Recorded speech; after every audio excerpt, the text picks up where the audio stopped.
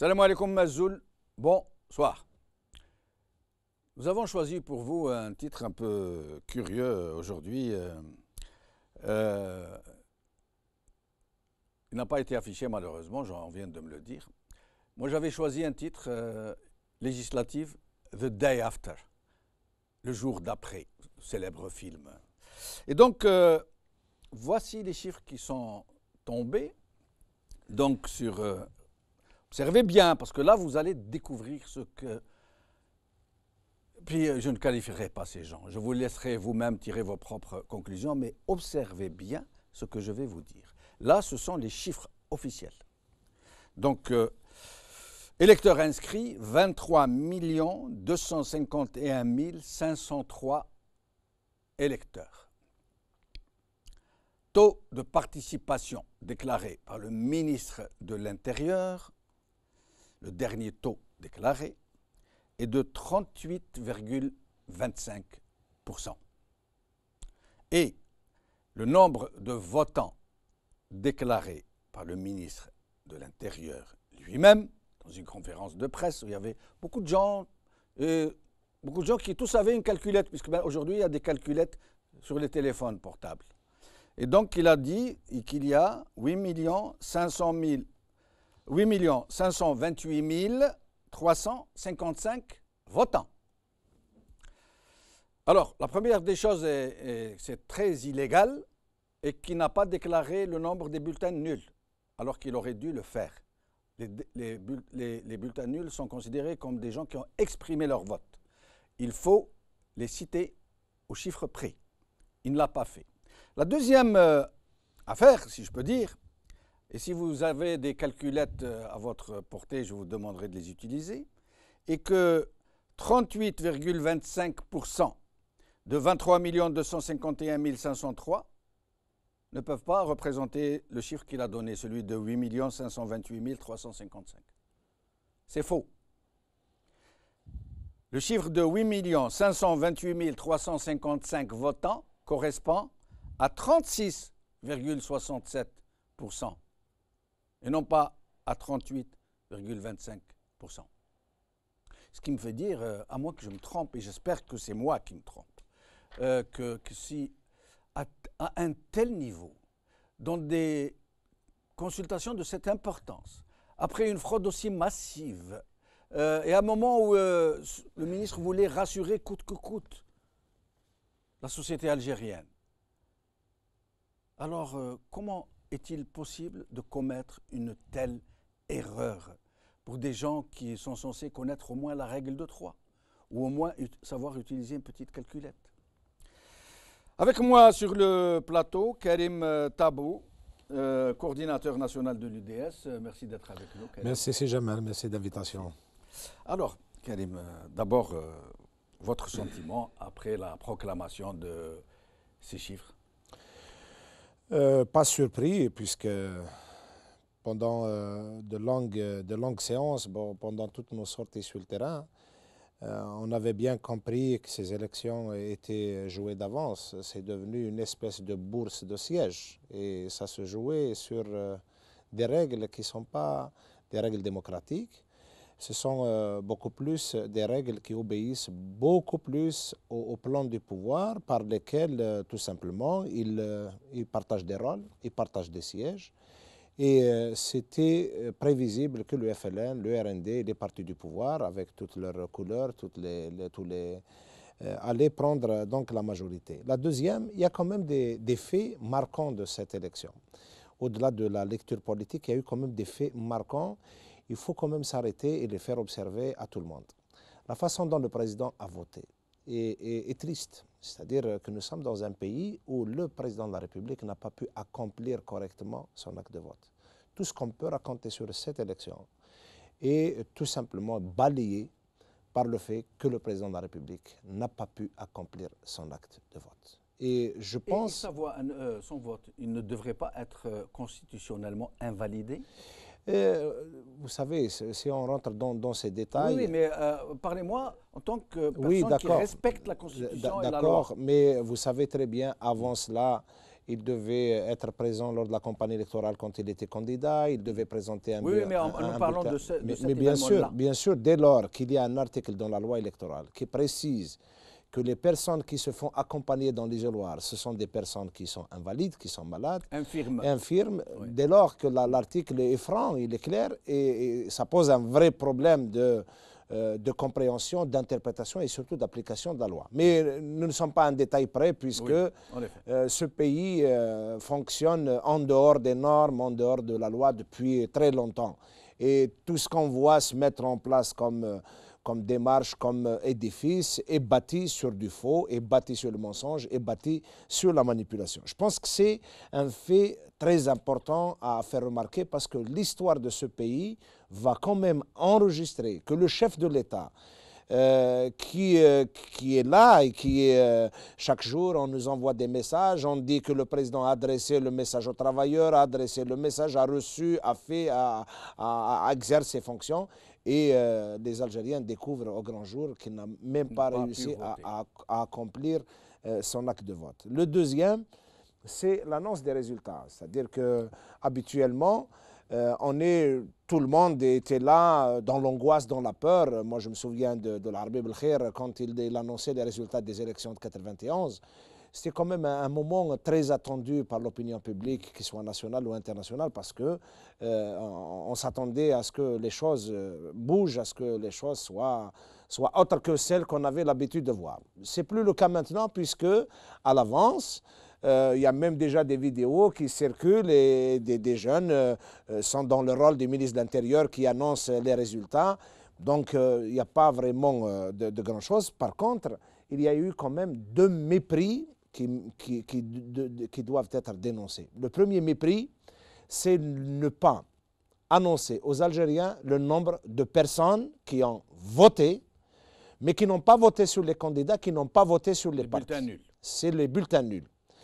Il y a trois types de... La loi fait obligation au ministre de les déclarer sur par chiffre. Dès lors que la loi parle de bulletins nuls et que le corps électoral, c'est un chiffre indiqué dans la loi, qui est organisé dans la loi, le nombre de votants, il est également composé de plusieurs types de votants, y compris les bulletins nuls, donc il était fait obligation au ministre de les annoncer. Mais pourquoi on ne les annonce pas? Parce qu'ils sont trop importants. D'abord, on a augmenté le taux de participation. Oui. Toutes les estimations, tous ceux qui ont suivi cette opération sur le terrain ont bien apporté les témoignages qu'il n'y a pas eu de vote. Et d'ailleurs, si Jamel, dans toutes les photos, dans toutes les vidéos qu'on montre, y compris dans les chaînes officielles, il y a eu quand même deux remarques qui relèvent du détail, mais qui sont importantes. On voit, il n'y a pas de jeunes qui viennent voter. On n'a pas pu trouver des images intéressantes à diffuser. Donc, et le deuxième détail, c'est que vous avez un volume de bulletins qui est posé, qui ne bouge pas, oui. C'est-à-dire depuis 8 heures du matin jusqu'à... Et si vous comptez les taux de participation, ça devait quand même aboutir à la diminution du volume, du nombre de bulletins. Or, à 13 heures, à 15 heures, à 18 heures, le même volume de bulletins était là. Les Algériens étaient absents, ne se sont pas rendus donc aux urnes. Et selon les estimations, et on a pris des cas, des échantillons comme ça de votes qu'il y a eu dans des villages, il semblerait que le bulletin Mansotich a gagné 160 sièges. C'est-à-dire c'est l'équivalent du nombre de sièges qu'a gagné le FLN. Avec le bourrage. Avec le bourrage. Ouais. Parce qu'il y a eu quand même des Algériens, ils ont accompli l'acte de vote pour des raisons qu'on connaît très bien. Il y a eu des campagnes d'intimidation, des campagnes de conditionnement mental des gens. Et puis l'administration également a fait un travail parfois. Ils ont fait obligation par écrit aux fonctionnaires, aux gens qui sont dans les écoles, aux gens qui sont dans les domaines de l'État, etc. Mais il y a eu quand même trois faits. Le premier, c'est les gens qui ont posé des enveloppes vides. C'est un système d'expression assez... Il y en a qui ont mis des Kleenex, comme leur a demandé le ministre. Allez-y, même si vous y mettez un Kleenex. Voilà. Il y a des gens également, les ktbou, man votech, man sotech, etc. et tous ces gens-là ne sont pas donc comptabilisés.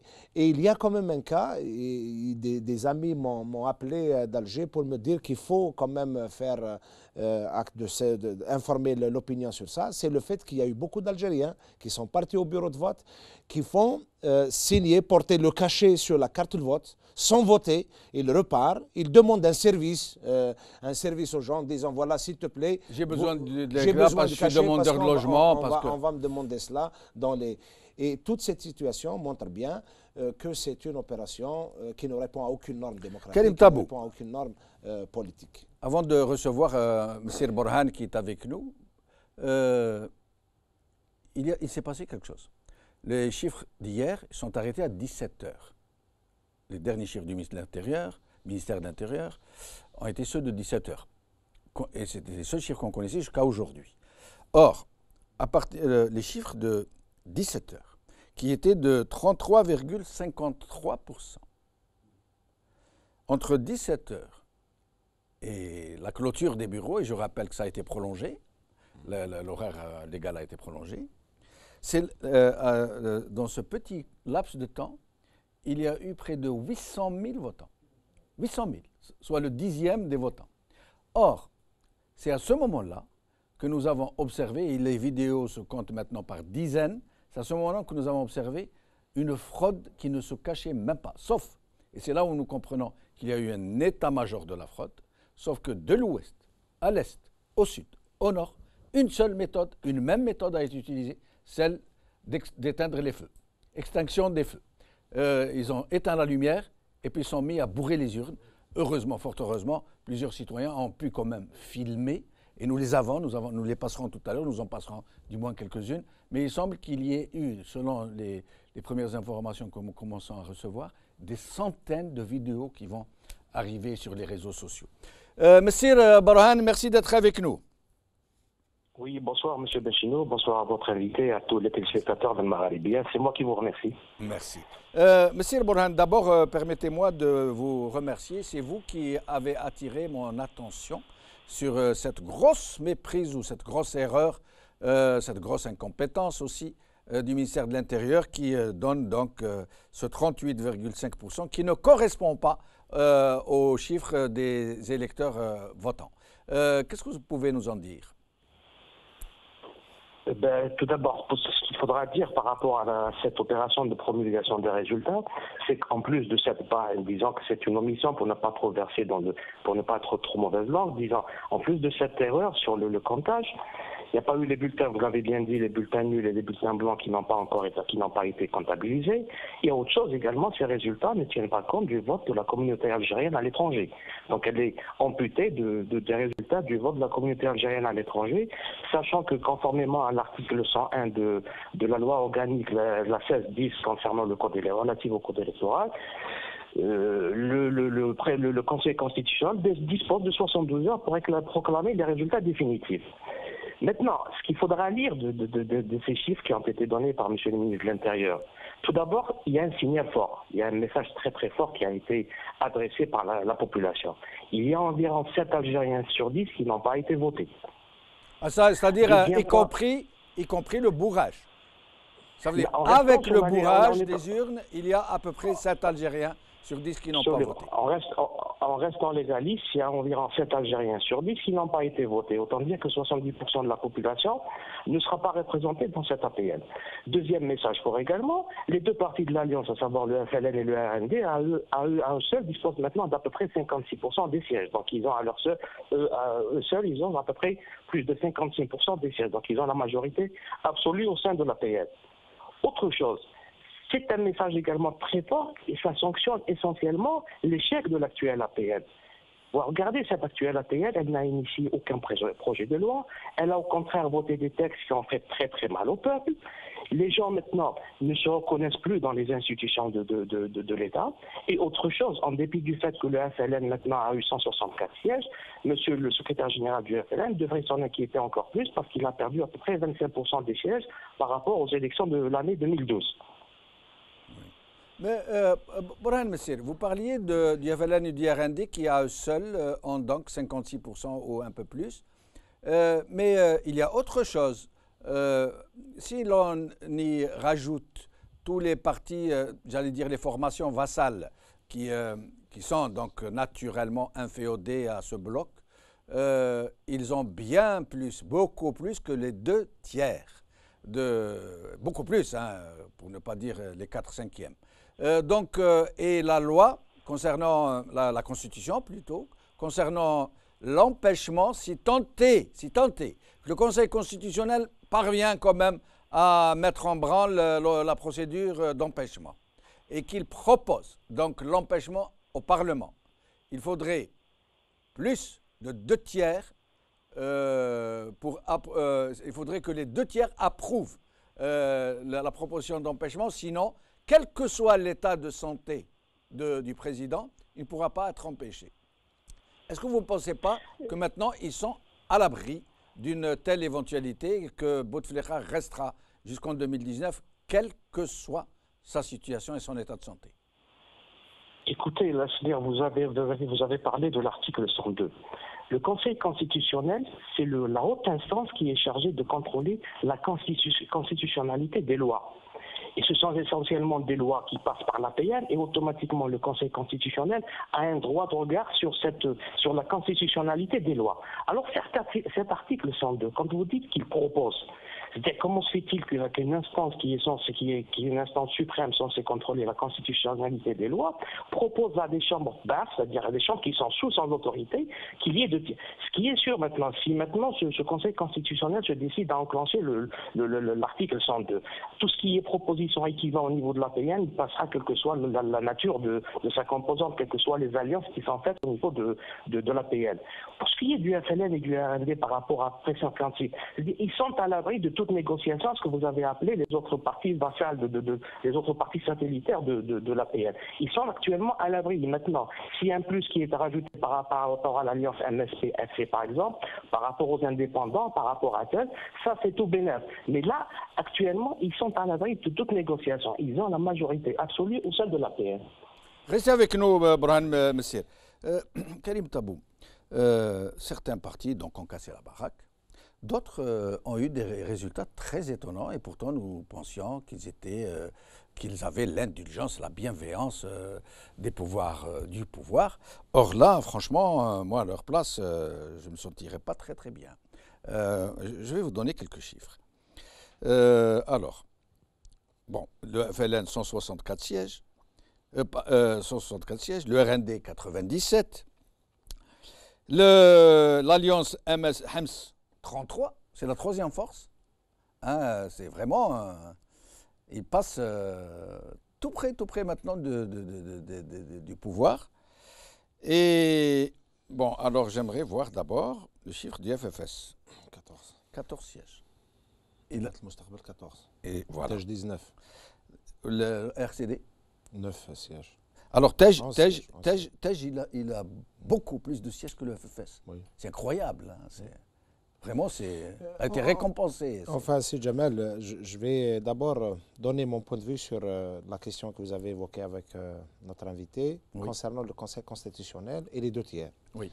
Moi, je ne suis pas d'accord avec ce raisonnement. Moi, je pense que si demain, le Conseil constitutionnel saisit le Parlement, les Algériens, les députés comprendront qu'on a déclenché l'opération. Mais on peut leur Donc, dire... ils vont la voter. Moi, je vais vous dire, si vous avez un Conseil constitutionnel qui est capable de saisir le Parlement pour dire que nous vous demandons d'observer la situation de vacances, il va suivre. Parce que le Conseil constitutionnel ne le fera pas que si l'ordre lui vient d'en haut. Oui, mais il y a une nuance.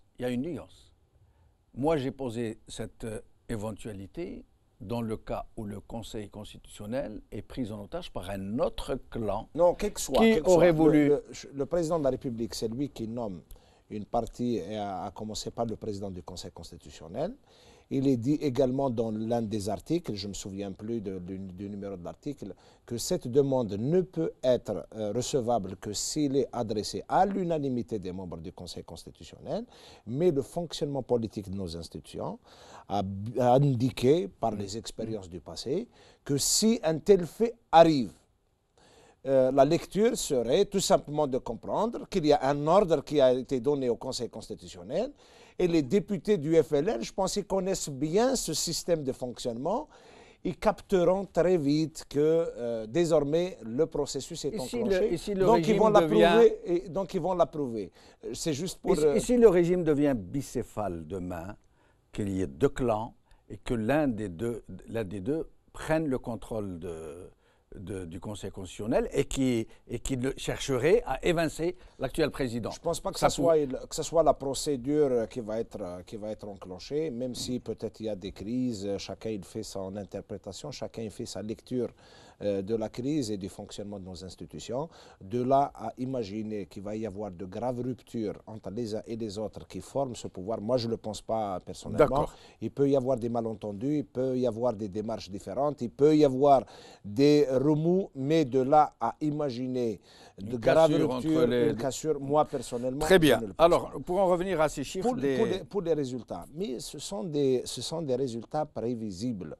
Ces chiffres sont également, sur le plan politique, une étape préparatoire à l'étape des élections présidentielles. Nous sommes à 2 ans des élections présidentielles et le pouvoir, qui est en train de faire le tracé général de cette période-là, donc des élections législatives et puis des élections présidentielles, met en évidence, met en avant des acteurs qui vont lui servir de décor dans l'étape d'après. Moi, je vois que Jabhat al-Mustaqbal, il passe, et puis Taj, etc., y compris le Hamas. Moi, j'ai lu l'écrit de C. Abdelrazak Mokri.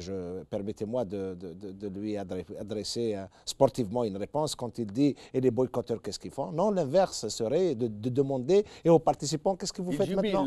Voilà, au fait, il faut inverser les choses.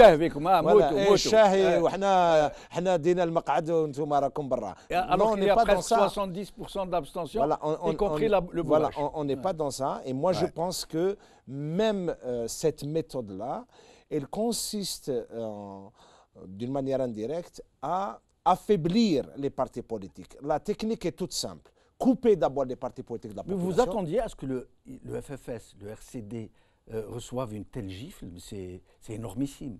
Ramené de FFS, je crois qu'il avait 27 sièges. D'abord, il faut attendre jusqu'à ce que les arrangements soient terminés. Oui, mais c'est à un siège près, au mieux. Soit terminés. Moi, je vous rappelle quand même que pour le FFS, le ministre de l'Intérieur avait annoncé lors des dernières élections qu'il avait obtenu 17 sièges et puis c'est passé à 27. Donc c'est important. C'est énorme cette période-là de validation des résultats par le Conseil constitutionnel peut également servir de moyen pour essayer de calmer les uns et les autres. Ils vont identifier les poches de tension, ils vont identifier tous ceux qui ne sont pas d'accord avec les résultats. Et il peut y avoir des compensations qui vont se faire par le Conseil constitutionnel. Donc, mais d'une manière générale, je pense que ces résultats annoncés, ils ont 2 messages. Le premier message, c'est qu'il y a le mépris, l'arrogance, la violence d'une manière claire, que c'est nous, Rabob el-Zahir. C'est-à-dire, il y a des gens qui se disent, Hna, Rabob el-Zahir, ou Hna l'Inqarro, ou Hna l'Indécidé, mais Kash Wahad, même avec 0% de participation, en tout cas, ils sont là. Et je pense que. Et ils sont à l'aise, hein, voilà. Ils ne sont pas complexés pour dessous. Le deuxième message, il est destiné aux partis politiques qui ont participé. C'est une façon de les hacher par 2 fois. C'est-à-dire les couper de la population. Et c'est fait maintenant. Ces partis auront des difficultés à gagner la confiance de la population. Le deuxième, c'est que ces partis sont affaiblis également par les résultats. Ils ne peuvent pas servir ni d'opposition puisque en face, ils ont un pouvoir puissant. Et finalement, le pouvoir est en train de faire le tracé de l'étape d'après. Et je disais dans l'une de nos émissions qu'il y a un problème de décalage horaire. Nous avons une classe politique qui est dans une logique des législatives. Ils cherchent à gagner des sièges. Certains partis, je dirais par honnêteté, parfois par manque d'arguments, sont allés jusqu'à dire c'est pour exister. Certains, ils ont même dit que financièrement, nous sommes étranglés et nous avons besoin d'avoir des députés, nous avons besoin d'avoir de l'argent de l'État pour financer nos activités, le fonctionnement de nos sièges, etc.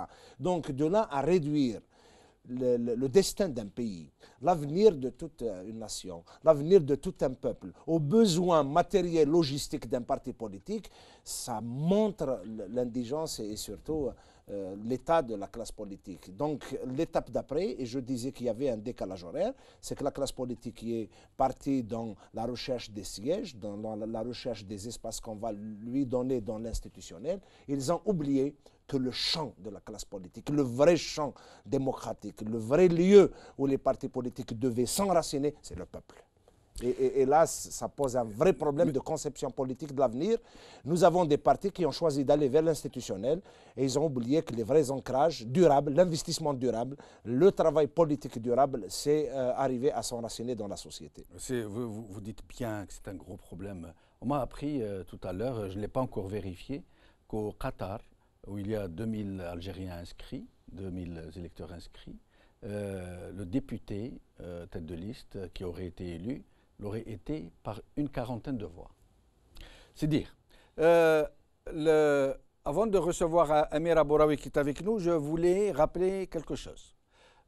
Pour vous, mes chers téléspectateurs, c'est qu'il n'y a pas une émission que nous faisons où nous n'invitons pas les tenants du régime ou leurs représentants à venir discuter avec nous.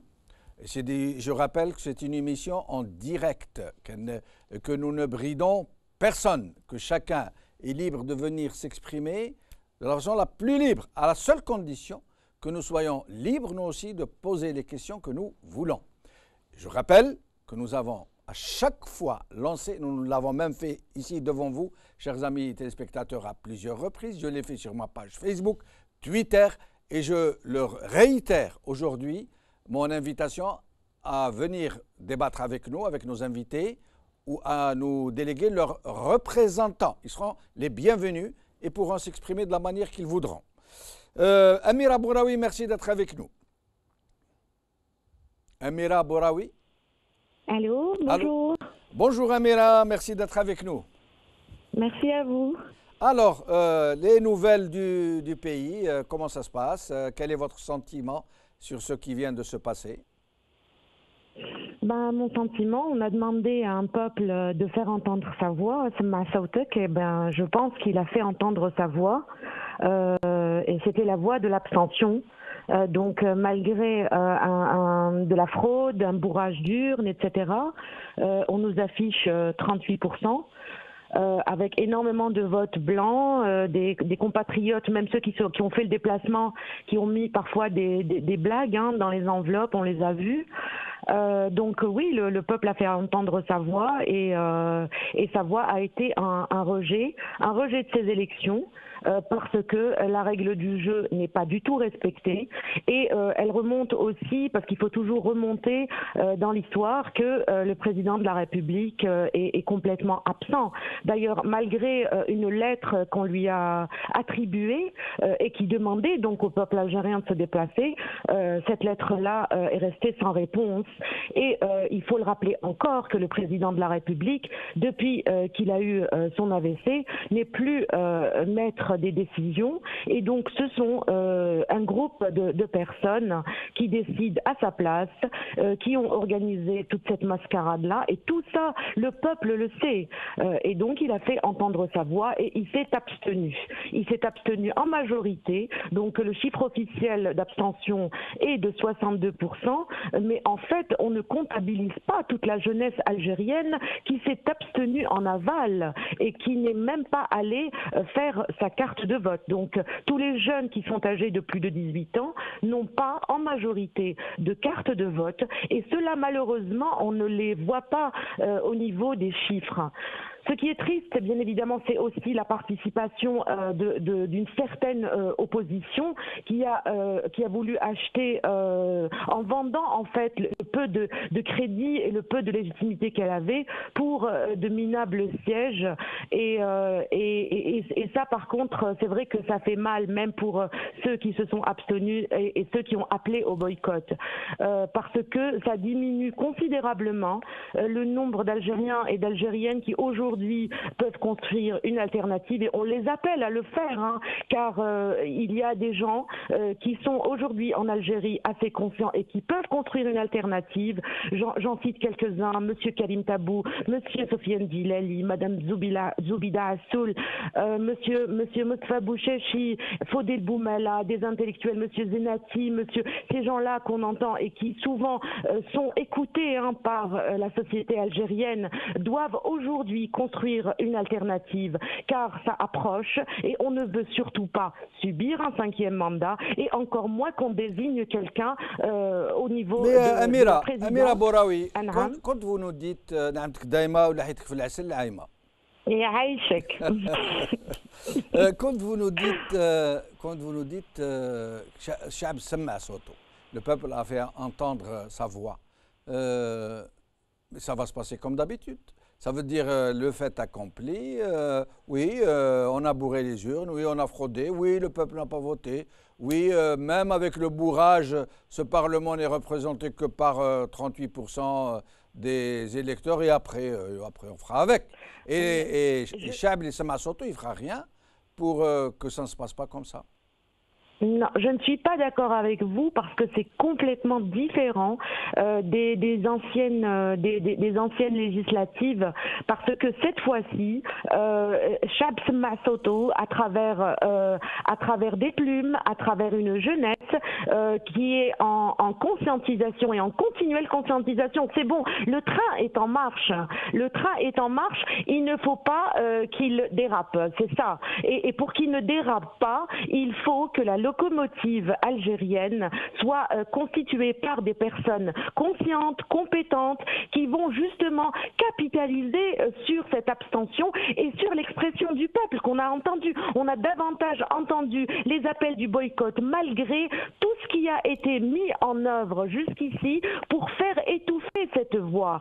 On y a mis de l'argent, on y a mis les médias qui ont reçu des instructions de la part du ministre de la Communication de ne pas laisser les porte-voix du boycott passer, etc. Mais malgré ça, on nous a enterrés, mais on a oublié qu'on était des graines. Donc toutes ces graines-là sont en train de pousser, sont en train de se conscientiser, de se politiser, de s'intéresser à la chose politique. Et cette fois-ci, l'abstention a été active, et Merci. on l'a vu, Merci. ils se sont exprimés. Merci Amira Boraoui, c'est très beau ce que vous venez de dire.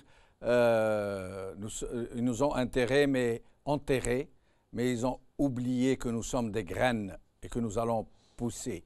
Et j'ai vu aussi une affiche de jeunes qu'ils ont collée à Alger, je crois. Nos rêves sont plus grands que vos urnes. Il est là. Il est là. Nos rêves ne rentrent pas dans vos urnes.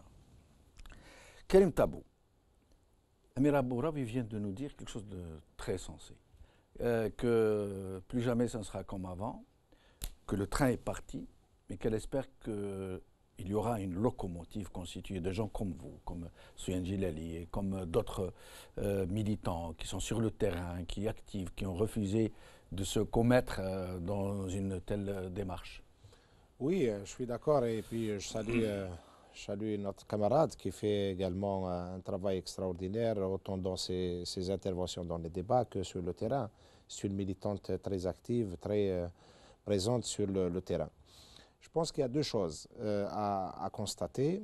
D'abord, le système d'expression de la jeunesse a changé. Là, il y a quelque chose d'extraordinaire. Entre la colère qu'on avait l'habitude de voir, rappelez-vous que les années précédentes, les services de police et les services de la gendarmerie nationale avaient communiqué un chiffre de 15 000 émeutes dans le pays. Oui. Il n'y a plus ça, mais il y a un autre système d'expression. C'est ces expressions extraordinaires qui portent un message politique. On n'est plus dans l'émeute, et ça c'est un indice important de prise de conscience. Et c'est ça qui inquiète le pouvoir. Oui. Parce qu'à la limite, gérer 15 000 émeutes, c'était à portée de main, puisqu'il fait travailler tout un dispositif sécuritaire qui était là depuis 1991 et il ne doit pas chômer. Maintenant que des Algériens changent de système de communication, changent de système d'expression, ça inquiète. Ça inquiète parce que ça les dépasse. Ça les dépasse parce qu'eux sont dans la médiocrité, dans l'incompétence, dans l'incapacité de décoder ce qui se passe dans la société. Ils n'ont pas le code, ils n'ont pas le système par lequel ils peuvent décoder. Ils sont mus, ils sont fermés, ils sont aveuglés par leur maintien, par leur poste, par leur confort. Ça, je pense que c'est important. La deuxième constatation, c'est que, et là, loin de moi l'idée d'attaquer les partis politiques. Mais il faut vivre... Pardon, Karim. Allez-y. Nous allons recevoir quelques appels. Okay. 2 minutes chacun par appel de citoyens, compatriotes que nous voudrions entendre nous dire leur avis. Alors, Mohamed Ikherban, ex-sénateur RCD, Tizi Ouzou, je vous en prie.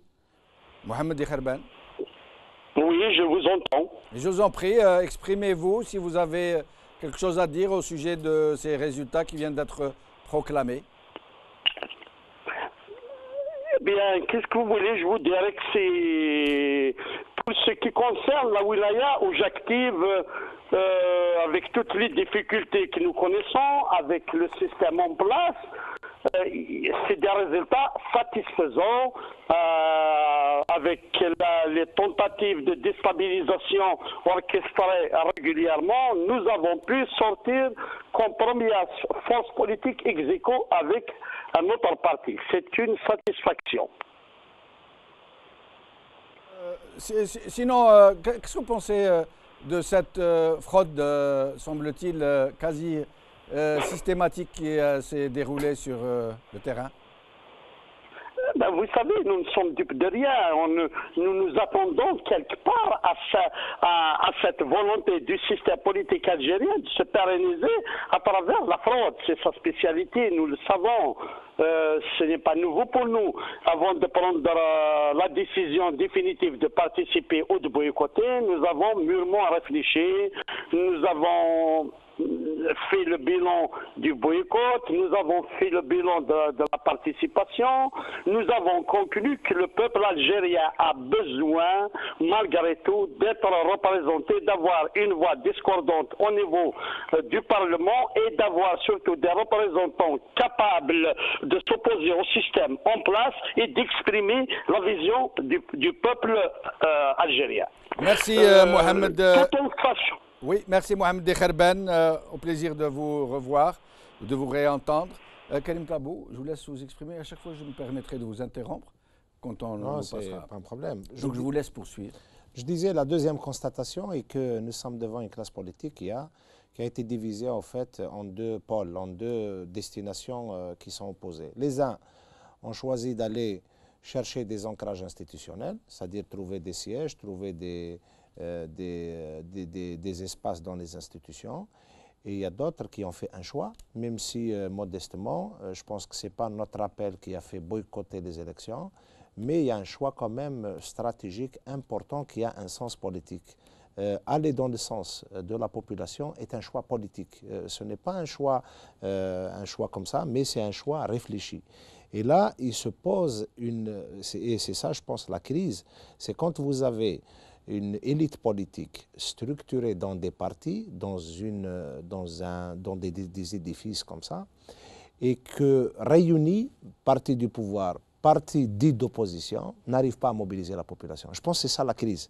Il faut absolument renouveler, créer des médiations nouvelles, des médiations politiques, des médiations sociales, des médiations associatives. Et je pense que c'est ça qui fait que ces jeunes-là ont fait preuve d'une créativité extraordinaire. La médiation par d'autres moyens que les appareils sclérosés qui n'ont pas pu servir. Je suis quand même, avec beaucoup de respect pour Mohamed Ikherban, je suis quand même déçu d'entendre de la voix d'un sénateur, c'est-à-dire de quelqu'un qui a été dans une institution nationale, qui sait bien comment fonctionnent ces institutions, puisse se sentir satisfait des résultats d'un parti au niveau de sa wilaya. Justement. Et là, il y a quand même une insuffisance très forte au sein de la classe politique qui fait qu'on cède progressivement les territoires à tel point qu'il y a des partis qui se suffisent aujourd'hui d'avoir un siège, d'avoir des sièges. Justement, c'est la question que je voulais vous poser.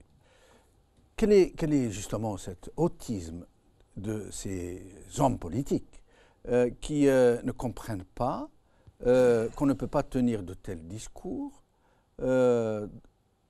alors que 70% des Algériens, et je ne parle pas de la fraude, je ne parle pas du bourrage. En fait, il doit s'agir de quelque chose comme 90% des Algériens qui désavouent ces élections, ce scrutin. Et vous arrivez, vous êtes très content de vous parce qu'on vous a élu, souvent par quota, parce qu'on vous a jeté un nonos, et vous arrivez là et vous tenez un discours de satisfaction et vous parvenez, vous, avec votre niveau politique, à nous dire que l'essentiel est de discuter avec le régime à l'intérieur de ces institutions. Ils sont d'ailleurs les premiers à avoir témoigné de leurs expériences qu'ils n'étaient pas utiles, en tout cas à la démocratie. Ils ont apporté peu de choses à l'expression des revendications populaires. Je ne pense pas que ce soit le lieu, je l'ai dit tout à l'heure dans l'émission en Kabyle, que la Constitution, elle définit d'une manière claire le rôle du député. Elle lui donne deux missions essentielles, c'est le contrôle et la législation. Or, sur ça, il y a des modalités par lesquelles on peut proposer une loi, mais il y a, derrière toutes ces dispositions pratiques, il y a quand même une logique politique. Il y a une absence absolue de mentalité politique, c'est même pas de volonté politique, par laquelle le pouvoir peut considérer des partis politiques comme des alliés ou des partenaires. Ou des cautions. On n'est même pas dans ça. On est dans une logique uniciste par laquelle on a tout simplement restructuré la pensée unique, le parti unique. Pendant 15 ans, le matraquage médiatique, le matraquage politique avait pour objectif aboutir à cette justement restructuration, même si malheureusement ce pays, c'est un pays unique où il y a plusieurs partis uniques. Mais Karim Tabou, comment ne se rendent-ils pas compte de cette évidence que le député a pour principale mission, vocation, de voter des lois, de donner de la législation au peuple, que c'est un pouvoir législatif qui légifère. Ils savent très bien que c'est par la majorité simple que se votent les lois. Et qu'à la limite, il faudrait au moins être une minorité de blocage. Même avec des députés qui peuvent être des députés spécialisés dans des domaines, donc qui peuvent proposer des choses sensées, il y a quand même, ils butent sur des barrières politiques. Vous pouvez avoir dans votre groupe parlementaire quelqu'un qui est spécialisé dans un domaine et l'occasion est donnée pour discuter de ce domaine dans les débats de l'Assemblée nationale. Il peut proposer des amendements comme il peut proposer des projets de loi. Mais dès lors que les projets de loi, dans leur intitulé déjà, quand ça vient de la classe politique, ce n'est pas vraiment admissible. Et quand ils touchent aux libertés, quand ils touchent au système politique dans tous ces démembrements, alors là, c'est combattu. Ce n'est pas seulement, c'est pas accepté, mais c'est combattu par un système d'embuscade dans l'Assemblée nationale. Vous savez, même si il y a eu des initiatives, par exemple lors du décès du journaliste Mohamed Tamel Tarbi Rahmou, il y a eu des députés qui ont adressé un courrier, qui ont demandé de constituer une commission d'enquête. Lorsqu'il y a eu le scandale de Chekib Khalil, il y avait des députés également qui avaient demandé qu'on constitue des commissions d'enquête. Lorsqu'il y a eu le scandale de Sonatrach, mais tout ça, avec toute la bonne volonté, entre parenthèses, de députés, quel que soit leur nombre, et parfois même si on est nombreux à le demander, mais il passe par le filtre de l'Assemblée nationale, qui est d'abord le règlement intérieur. Ce sont des procédures très lourdes et très compliquées, et puis on laisse toujours des vides. Vous savez, l'art du législateur algérien, c'est qu'il y a des lois et on laisse des zones d'ombre, et ces zones d'ombre, seul l'exécutif peut donc les utiliser. Mais il y a aussi l'adoption des lois par une majorité simple, bien sûr, dans la majorité des cas. Et assez souvent, la loi n'arrive même pas. C'est-à-dire que, je pense, depuis 1997, tous les parlements qui se sont succédés depuis 1997, je peux me tromper peut-être d'un chiffre, mais en tout cas, depuis 1997, tous les projets de loi, mis à part un amendement qui fut proposé, je pense à la loi électorale par Harakat al-Nahda, tous les projets de loi, toutes les initiatives, toutes les propositions n'ont pas abouti. Et il y a un filtre, c'est le bureau de l'Assemblée nationale, et puis la procédure, je disais qu'il y avait beaucoup d'instruments de contrôle, les embuscades sont partout, et tout ça bute sur le manque de volonté politique. Au fait, le pouvoir, il veut tout simplement avoir une instance qui va lui servir de point d'appui, et il est porté sur autre chose. Et cette élection montre bien dans les résultats, et je pense qu'on va prendre le temps de débattre et de réfléchir et d'interpréter ces résultats,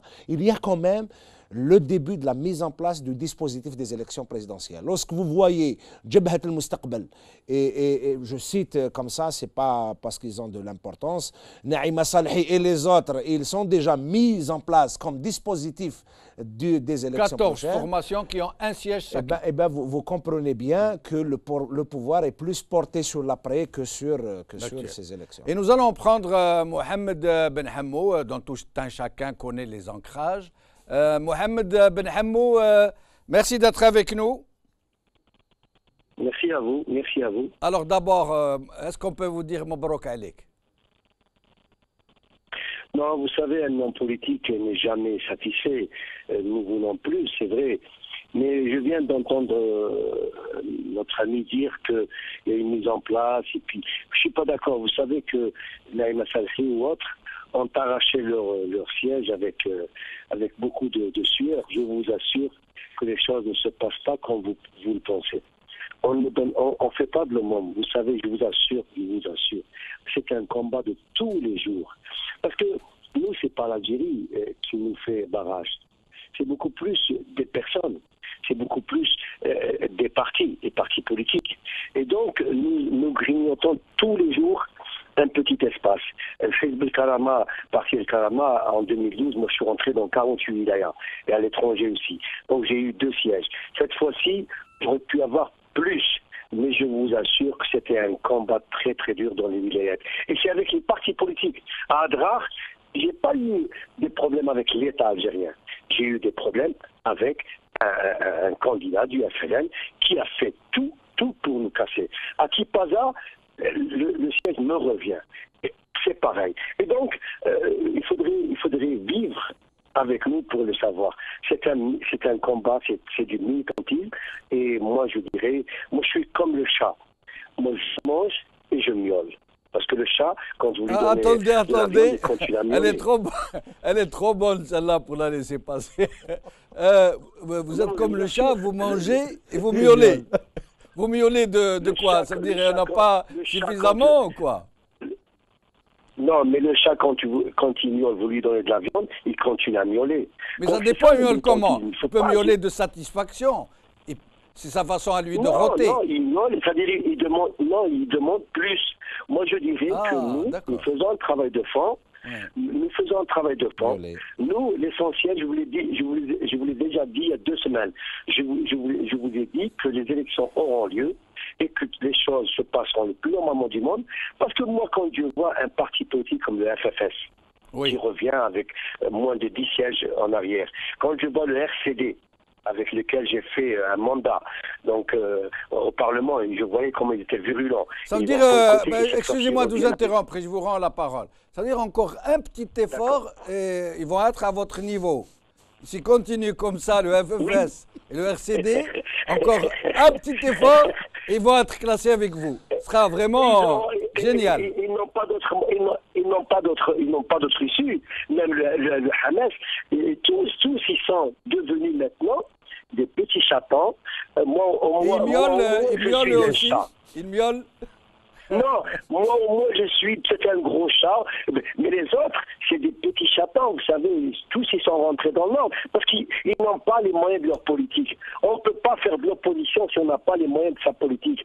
Vous n'êtes rien, le peuple ne vous suit pas. Mohamed Ben Hammou, vous pensez vraiment que c'est faire de la politique quand on dit, moi je suis comme les chats, je miaule et je mange quand même, ou je mange et je miaule? Bon, mon cher ami, on ressemble tous à des animaux sur Terre. Et je vous assure, heureusement que le chat il est meilleur que d'autres animaux, au moins. Mais je vous assure que le peuple algérien, il faut le connaître à fond. Je vous assure qu'il a suivi le FLN. Moi, je suis parti dans des bureaux et j'ai visité. Je vous assure que ce peuple, on ne peut pas le comprendre. C'est pas votre mentalité. Le peuple algérien, il est unique en son genre. Je vous assure qu'il a donné au FLN, que vous le vouliez ou pas. Merci beaucoup, Mohamed Ben Hammou.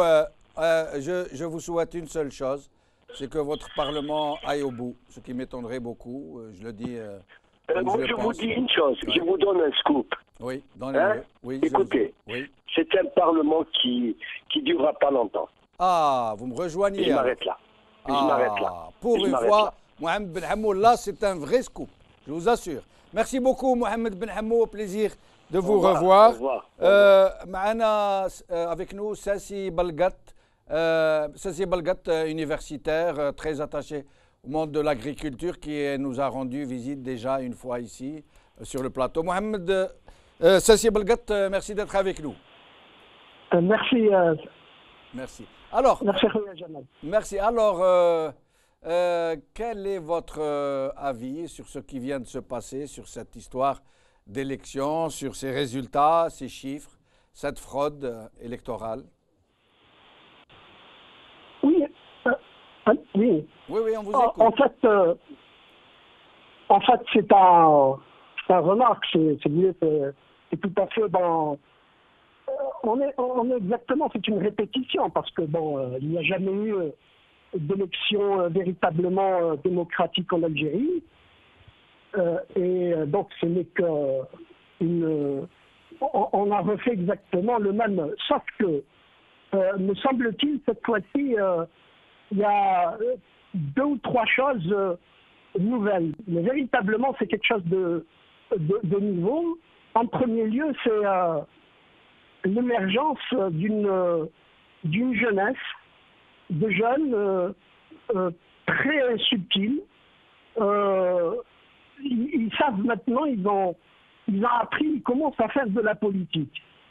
À telle enseigne que 2 vidéos de 5 minutes ont ébranlé un système avec toute sa capacité à entraîner, à distribuer la rente, des prébendes, etc. Mais cette fois-ci, il n'a pas réussi justement à juguler l'émergence de cette jeunesse. Et je crois qu'une nouvelle élite politique jeune est en train d'émerger. Elle va faire son expérience.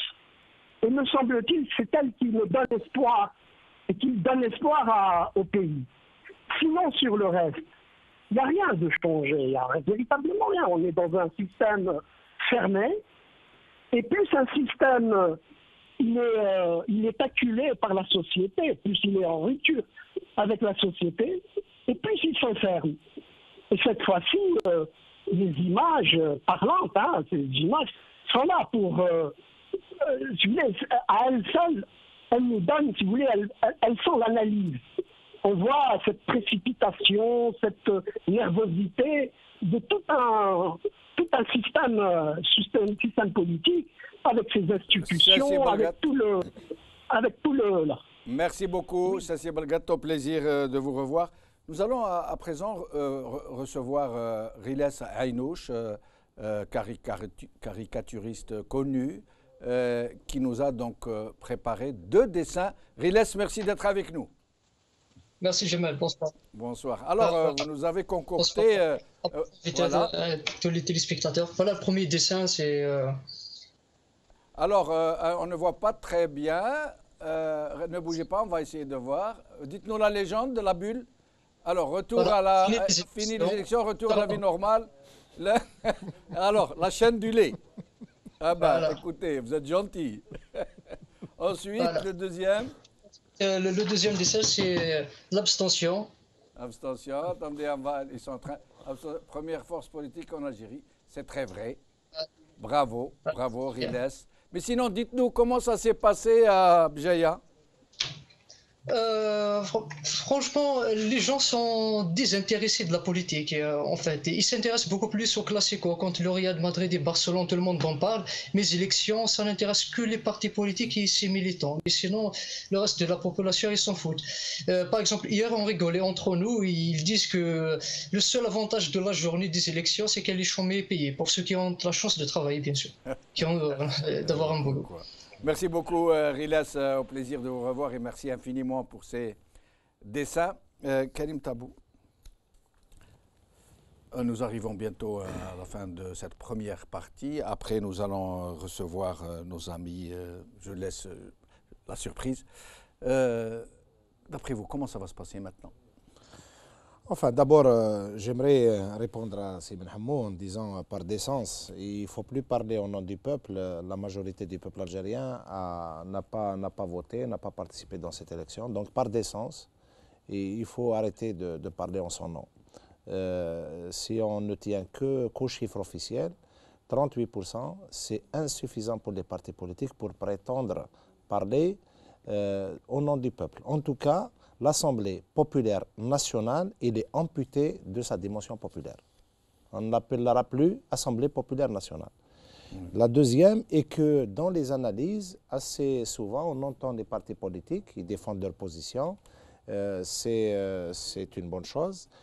Mais beaucoup de partis politiques se suffisent à commenter sur les gens qui ont participé. C'est-à-dire, ils zappent ce qui s'est passé, ils mettent aux oubliettes le peuple qui a boycotté, alors qu'ils sont plus que jamais interpellés par la situation.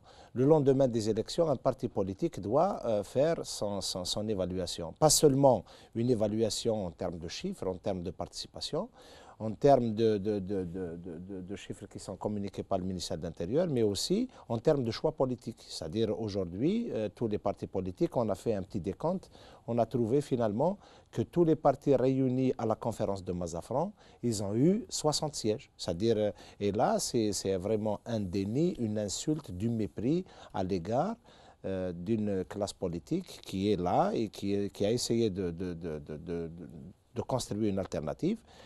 Et là, il faut vraiment que la classe politique fasse une analyse profonde de la situation. Merci, Karim Tabou. Nous avons toujours Brahane Messir avec nous. Merci pour votre patience. Brahane Messir, vous avez environ 2 minutes pour nous dire ce que vous espérez. Comment ça va se passer selon vous? Par rapport déjà, pour rester dans le thème de votre émission de Day After, il faut dire que maintenant, c'est comme dans un match de rugby. Il y a eu un essai qui a été marqué, maintenant il reste la transformation. Transformer cet essai-là pour engranger encore une plus-value. Les partis politiques de l'opposition, c'est-à-dire de tout genre, pour ne pas dire les vrais, les molles et les faux, tous les partis politiques de l'opposition devraient comprendre les raisons qui ont fait que le peuple algérien a boycotté activement ces élections. Il devrait s'inspirer par rapport à la situation socio-économique qui est très très difficile, une inflation très galopante. Il devrait s'inspirer également de beaucoup d'acquis socio-professionnels des travailleurs qui ont disparu. Une vie politique dont la moralité est des plus douteuses maintenant. Il devrait revoir cette manière de représenter ce peuple algérien. Il devrait revoir les moyens de communication. On n'est plus maintenant à l'ère de la communication institutionnelle, conventionnelle et traditionnelle. Le Facebook a fait un ravage par rapport dans ces élections-là. Et c'est l'un des acteurs principaux de ces élections-là. Il faudra revoir toutes ces choses-là, les arranger et aller de l'avant. Sinon, maintenant, pour rester dans cette situation, dans 5 ans encore, et je ne sais pas, là, il y a une bombe qui vient d'être lancée par M. Benhamou, là, il a coupé le souffle à tout le monde, maintenant les gens ne vont plus savoir comment ce qu'ils vont faire. Espérons qu'il va y avoir une bonne représentation de ce peuple-là. Merci beaucoup, Brahane Messir, au plaisir de vous revoir. Nous arrivons donc à la fin de cette première partie. Nous allons revenir vers vous dans 2-3 minutes. Restez avec nous. À tout de suite.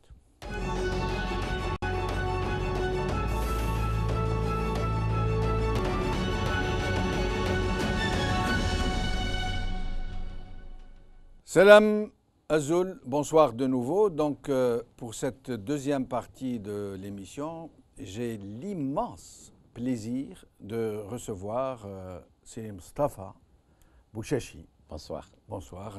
Je suis vraiment très, très heureux de vous recevoir. Je vous remercie pour l'invitation. C'est moi que je suis heureux. Mustapha, personnalité, n'est-ce pas, Saïd Akni qui est avec nous, que je remercie aussi. Que Mustapha est une personnalité unanimement appréciée en Algérie. Unanimement, sauf par ceux qui ne l'aiment pas beaucoup pour ses vertus et ses qualités, justement. Vous savez, je suis ému, ouais. Très content. Ouais. C'est un honneur et un bonheur pour moi de me retrouver sur un même plateau et de débattre avec un repère dans la constance, un repère dans la dignité et un repère dans le sens élevé, dans l'honneur et de l'engagement, en l'occurrence Mustafa Bouchachi. Je vous remercie. Et justement, on était là avant qu'on nous donne, qu'on nous donne le top. Cheikh Mustafa Bouchachi a insisté pour que ce soit vous qui commenciez, parce qu'il a dit qu'il est temps que ce soit Barakat, les droits d'aînesse, les aînés qui passent avant tout le monde. Le moment est peut-être venu de donner la parole à la jeunesse, et donc c'est pour ça que nous allons vous donner la parole, selon la volonté de Mustafa Bouchachi. Alors, qu'est-ce que vous pensez de ces élections, de ces résultats, de ce qui est en train de se passer et de ce qui s'est passé en termes de fraude, en termes de scandale? On peut penser dans une situation normale. On peut analyser dans une situation normale. Le premier élément qui frappe, c'est effectivement ce que nous avons dit avant, cette mascarade. Je dis mascarade parce que la mascarade est politique. Et on parle de fraude, la fraude est technique. Je ne m'attelle pas à la technique, je vais essayer de m'atteler directement à l'aspect politique de la chose. Je ne vais pas rentrer dans la commentarite de l'arithmétique. C'est d'accepter aussi de rentrer et de s'enfermer dans l'espace clos du débat imposé par le régime dictatorial. Le premier élément et enseignement, c'est qu'il y a un climat de défiance. Et ça, nous l'avons dit bien avant les élections. Le deuxième élément, parmi les 75% qui n'ont pas participé. Non, 61,75%, chiffre officiel. Hein.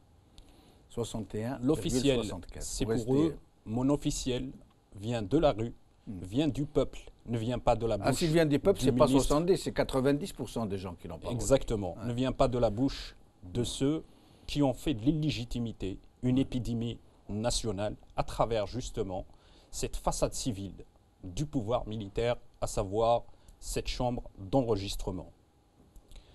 Il y a des messages à recevoir. Deux messages. Le premier est porteur d'espoir et d'espérance. Et le deuxième est porteur de crainte et de peur. Celui qui est porteur de peur et de crainte vient du régime et de ses supplétifs. Le message du FLN, RND, façade civile, du pouvoir militaire à la classe politique. Elle lui lance un message en lui disant « Nous y sommes, on y tient, l'État c'est nous ». Le deuxième message du FLN RND, instrument politique entre les mains d'aventuriers charlatans. C'est le deuxième message, ça c'est à la société. Il lui adresse un message de défiance et en brandissant la menace de la répression. Cet examen nous montre comment que le pouvoir s'en sert du maintien de la carte sécuritaire pour justement alimenter d'un autre aspect technique la fraude électorale, à savoir le vote des corps constitués à travers le territoire national. Le troisième message du FLN RND en tant que prolongement de la main étrangère dans le pays, nous maîtrisons les situations. Et ça, il est adressé à leurs partenaires en leur disant « Nous maîtrisons la situation et nous donnons la garantie de la stabilité ». Avec ces trois messages, mais vous parliez tout à l'heure d'espérance et d'espoir. Exactement, il y a un autre message d'espoir et d'espérance. Oui. C'est ces 90%, dont plus de 75% sont incarnés par la jeunesse. Aujourd'hui, la jeunesse, elle s'exprime non seulement dans la rue, non seulement, mais elle s'en est saisie des questions politiques, à travers les réseaux sociaux, à travers l'art, à travers tout ce qu'a fait le régime pour l'exclure. Il y a un sentiment de résilience et de résistance dans cette jeunesse. Et cette jeunesse, aujourd'hui, quand je l'évoque, je souris.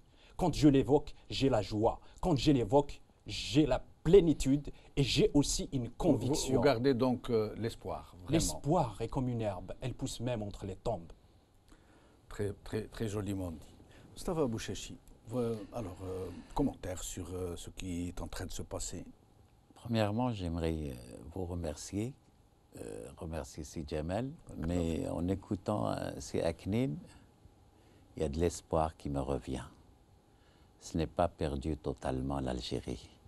Il y a toute une jeunesse qui est là, qui défie le système politique. Et ça, c'est notre espoir.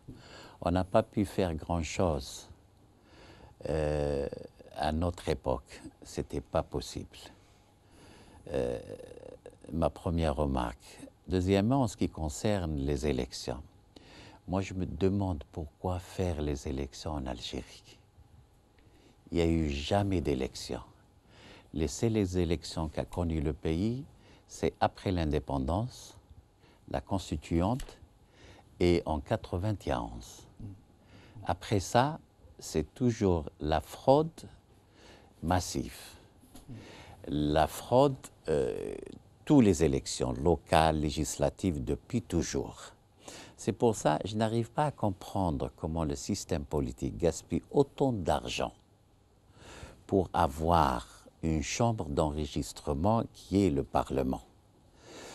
C'est pour ça, bien sûr, ce n'est pas moi qui le dis. On a écouté un ancien wali, Bachir Frik. Bachir Frik, qui était wali à Djidjel, qui était wali à Oran. Il nous a expliqué comment on lui a ordonné de falsifier les résultats des élections législatives en 97 à Oran et que les gens du RND ou du FLN n'allaient pas gagner de siège du tout. On lui a demandé de changer les résultats. Ça, c'est bien sûr, moi je pense que ce monsieur a eu le courage de parler de ça. Ça sort de l'ordinaire. Parce que ces walis, ces directeurs d'administration à l'intérieur, ça, ce n'est pas des commis de l'État. C'est des commis du système politique. Absolument. Ils sont là, c'est les outils du système, ils viennent annoncer. Mais bien sûr, on n'a pas besoin que le ministre de l'Intérieur nous annonce le taux de participation. Parce que j'ai appelé ce matin à Alger et d'autres wilayas. Tout le monde m'en parlait qu'il n'y a pas eu de participation du tout. À l'étranger, on a vu au Canada que c'est même pas 100... C'est catastrophique au Canada. C'est catastrophique au Canada. Ça donne... C'est-à-dire même les diplomates et leurs familles n'ont pas tous voté. N'ont pas tous voté. Pour vous dire. Hein, c'est pour ça je ne vois pas l'utilité, le gaspillage d'argent. Oui, mais c'est une façade. Oui. Ils ont besoin d'une façade parce qu'ils se font passer pour un État de droit. De droit. Donc ils ont besoin d'avoir des institutions de façade. Je comprends. En trompe-l'œil. Je comprends. Ouais. Je comprends la stratégie du système politique. Ils n'ont pas le courage de dire que c'est un système totalitaire. Oui. Il n'y a pas de démocratie. Parce que les gens du FLN, du parti unique, ils avaient plus de courage. Exactement. De prendre la responsabilité, de dire c'est nous qui gouvernons ce pays. C'est comme ça. Vous n'êtes pas content, voilà le mur. Voilà le mur. Ouais. Là, non. Eux, là, non, ils sont... Oui, parce que c'est une lâcheté à la fin. Oui, c'est vrai. De faire tout ce genre de scénario. Et c'est du mépris aussi pour, du mépris pour les gens. Pour le peuple. Alors qu'ils savent que le peuple sait. Oui. Mais ils s'en fichent. Oui. Ils disent, bon, mais c'est bien comme sûr, ça. c'est pour, comme il a dit, c'est Aknin, c'est pour leurs amis à l'extérieur. Vous avez vu les vidéos qui sont en train de circuler sur la fraude? Vous avez vu? Non, j'ai vu l'électricité qui a été coupée. Alors c'est là où on comprend qu'il y a un état-major de la fraude.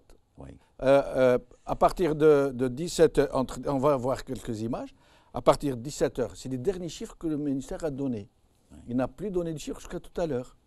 Alors à partir de ces chiffres, il ne s'est plus rien passé. Et puis d'un coup, ils ont prolongé le temps légal. Et d'un seul coup, partout dans tout le pays, dans les bureaux de vote, on a éteint les lumières. Oui. Ils ont adopté la même méthode. C'est-à-dire qu'il y avait quelqu'un au téléphone dans un centre donné. Et nous allons regarder.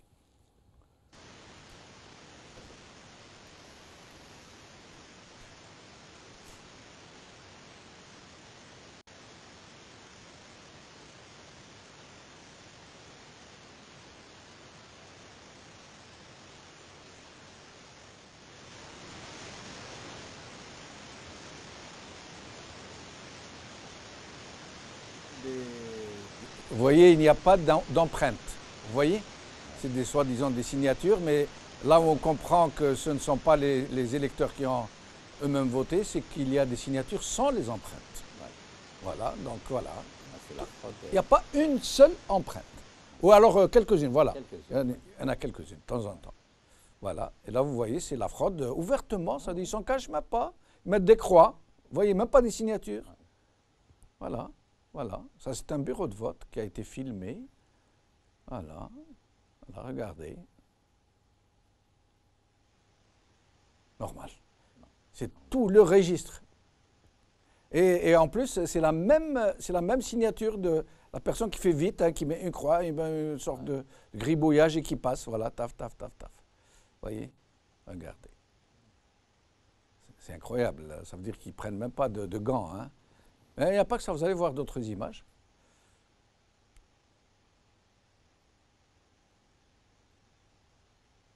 Voilà.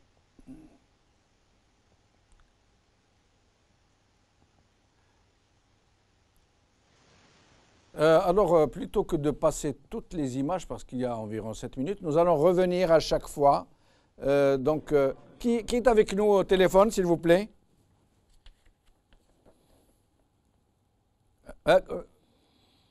Hassan Moussi est avec nous du Canada. Hassan, merci d'être avec nous. Bonjour Jamal, bonjour à vous, bonjour à tous vos invités, à tous ceux qui nous regardent et nous écoutent en ce moment. Merci Hassan. Aujourd'hui, nous avons le plaisir de vous recevoir, malheureusement pour une courte intervention. Mais j'espère que vous serez des nôtres ces jours-ci pour nous apporter vos brillantes analyses. Alors dites-nous, qu'est-ce qui s'est passé au Canada? Qu'est-ce qui s'est passé au Canada, Jamal? Qu'est-ce que vous voulez qu'il se passe au Canada? C'est comme partout en Algérie, en Europe et ailleurs dans le monde. C'est que tout simplement, nous avons 80 000 et plus de résidents algériens au Canada.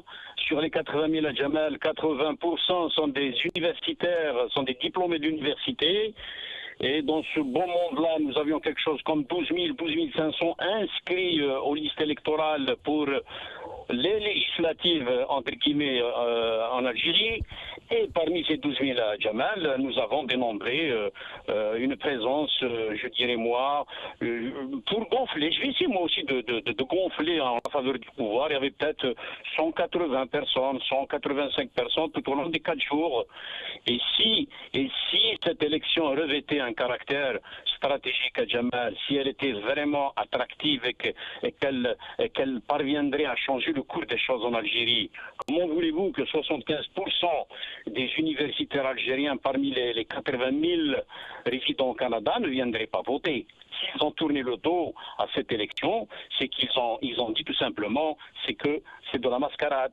Et donc, moi, je dirais tout simplement, juste parce que vous ne m'avez pas suffisamment donné de temps pour vous donner mon analyse des choses, je dirais qu'en tout cas, pour ma part, cette élection, la palme, je dirais, la palme de cette élection revient aux boycotteurs qui ont été à la hauteur des aspirations du peuple à Jamal.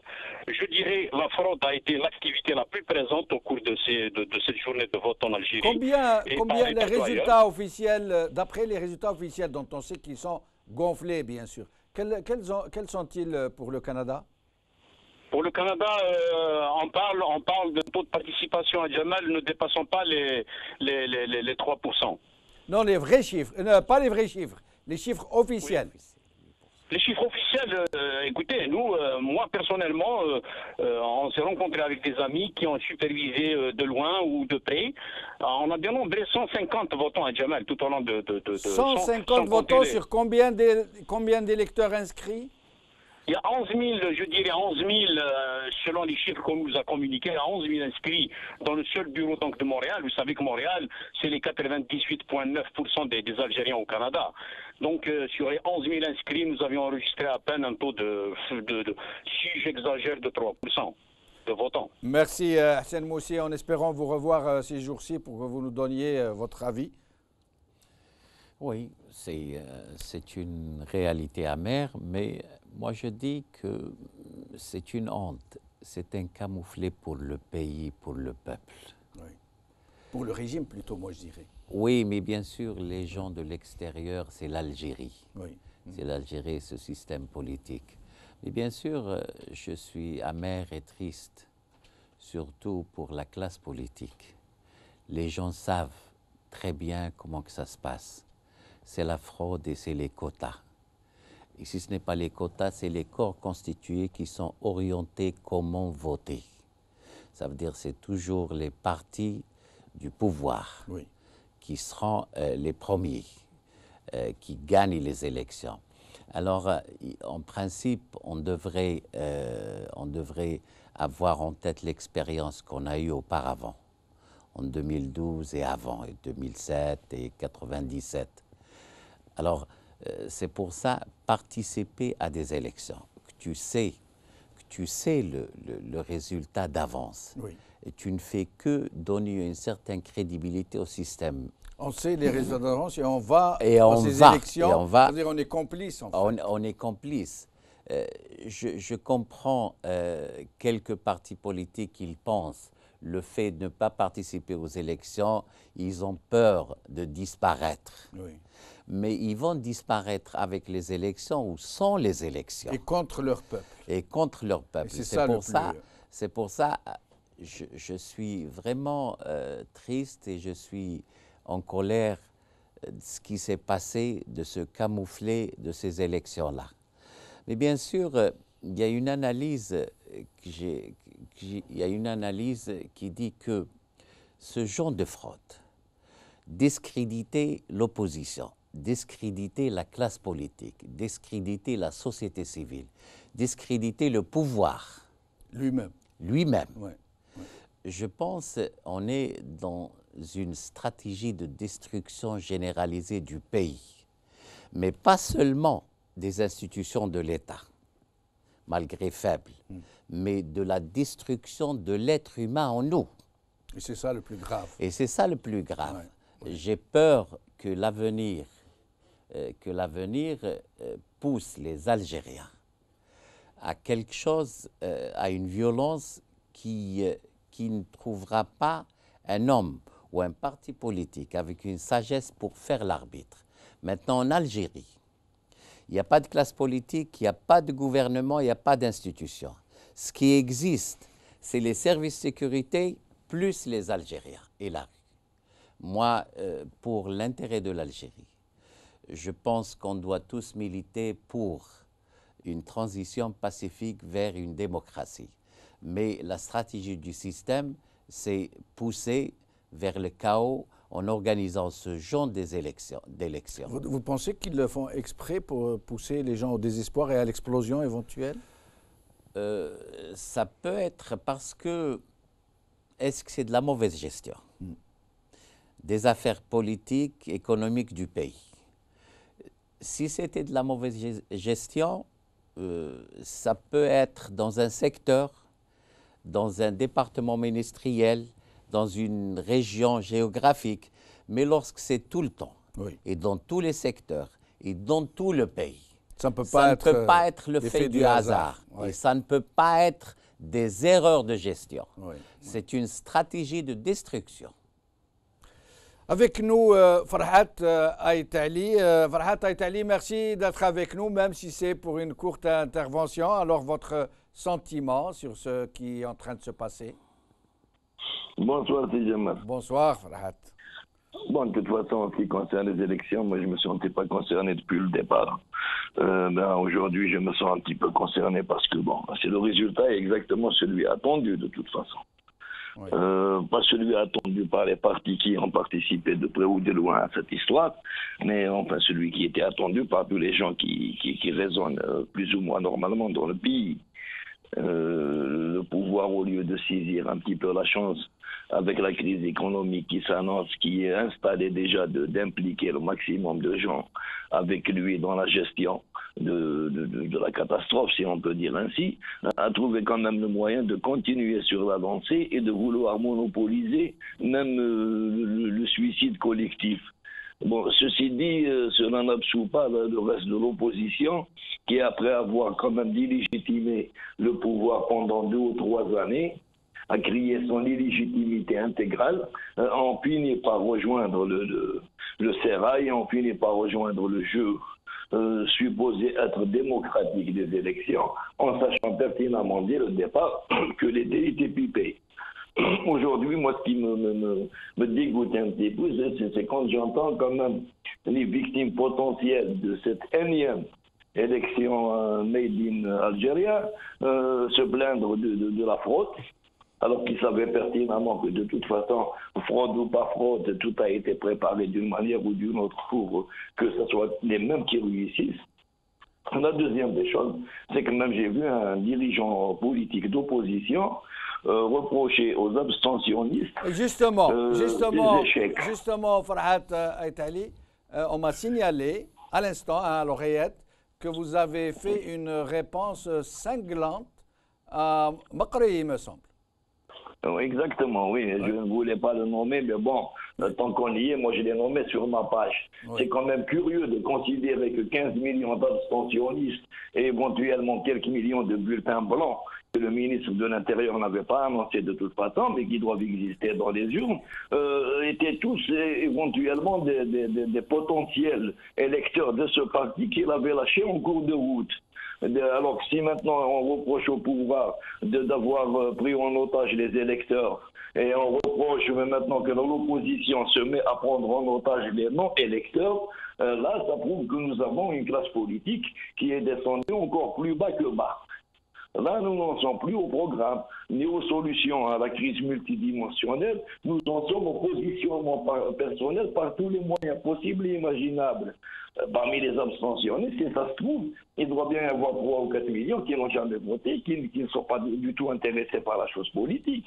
Il doit bien y avoir quelques 10 millions que devraient éventuellement se partager tous les courants politiques algériens, et peut-être même qui attendent un vrai courant politique fédérateur qui a un programme qui tient la route, et non pas des prétentions ou des ambitions personnelles ou de clan. Mais maintenant que quelqu'un s'amuse à vouloir se les offrir à lui tout seul, et même à accuser les autres partis islamistes d'être des partis non résistants, s'octroyant ainsi la résistance islamique de manière péremptoire. J'ai vu aussi chez les démocrates à peu près la même réaction. Certains qui reprochaient aux abstentionnistes d'avoir cédé le terrain à leurs adversaires. C'est quand même curieux qu'une classe politique qui considère que, après avoir rejoint le jeu électoral officiel, tout ce beau monde-là réuni, pouvoir inclus, a réussi à avoir 8 millions, qui trouve quand même le moyen de considérer que la faute incombe aux 15 millions qui n'ont pas voulu marcher. Là, je trouve vraiment curieux cette vision des choses. Ça dénonce pratiquement qu'en Algérie, le problème n'est même plus un problème de système uniquement, mais c'est aussi un problème d'alternative politique. Ils ont quand même réussi à laminer le champ politique. Du moins le champ politique organisé. Maintenant, il reste à la population, je ne sais pas, à la société, à s'organiser pour trouver une alternative qui tienne la route. Merci, Farhat Aitali, merci beaucoup. Saïd Aknin, Farhat Aitali vient nous dire, après le terrible constat qu'il vient de faire et la cinglante réponse qu'il fait à ces gens qui triomphent du haut de leurs petits résultats, issus de la fraude, il faut le dire, il dit qu'il reste maintenant à la société de s'organiser. Et tout à l'heure, Amira Bouraoui nous a dit au téléphone que maintenant nous attendons pour que le train ne déraille pas, comme vous disiez maintenant, Moustapha Bouchachi, il faut qu'il y ait une locomotive. Et donc, organiser une locomotive.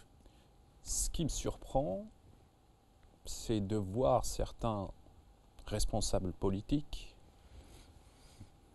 au lendemain de la proclamation des résultats de la distribution des quotas, jouer, continuer leur comédie nauséabonde, comme si, au matin, ils découvraient la nature du régime, comme si, au matin, la veille, ils ne savaient pas que c'était une élection de quotas, comme si ils ne savaient pas qu'ils allaient obtenir un tel nombre de sièges, bien que il y a des méthodes utilisées par les services algériens, c'est la carotte et le bâton.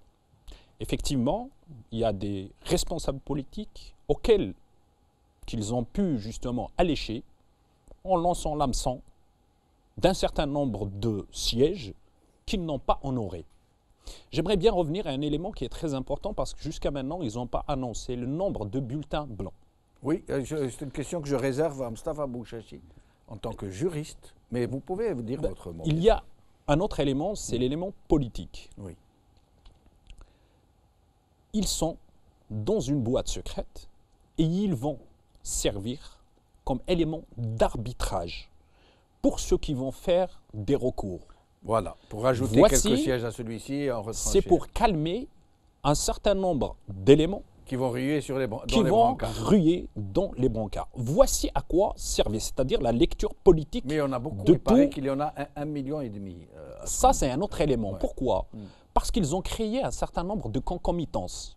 La première des concomitances, il y a des jeunes, on m'a appelé pour me dire, il y a une entreprise de télécommunications qui offre 3 mois gratuits d'Internet. C'est un canular.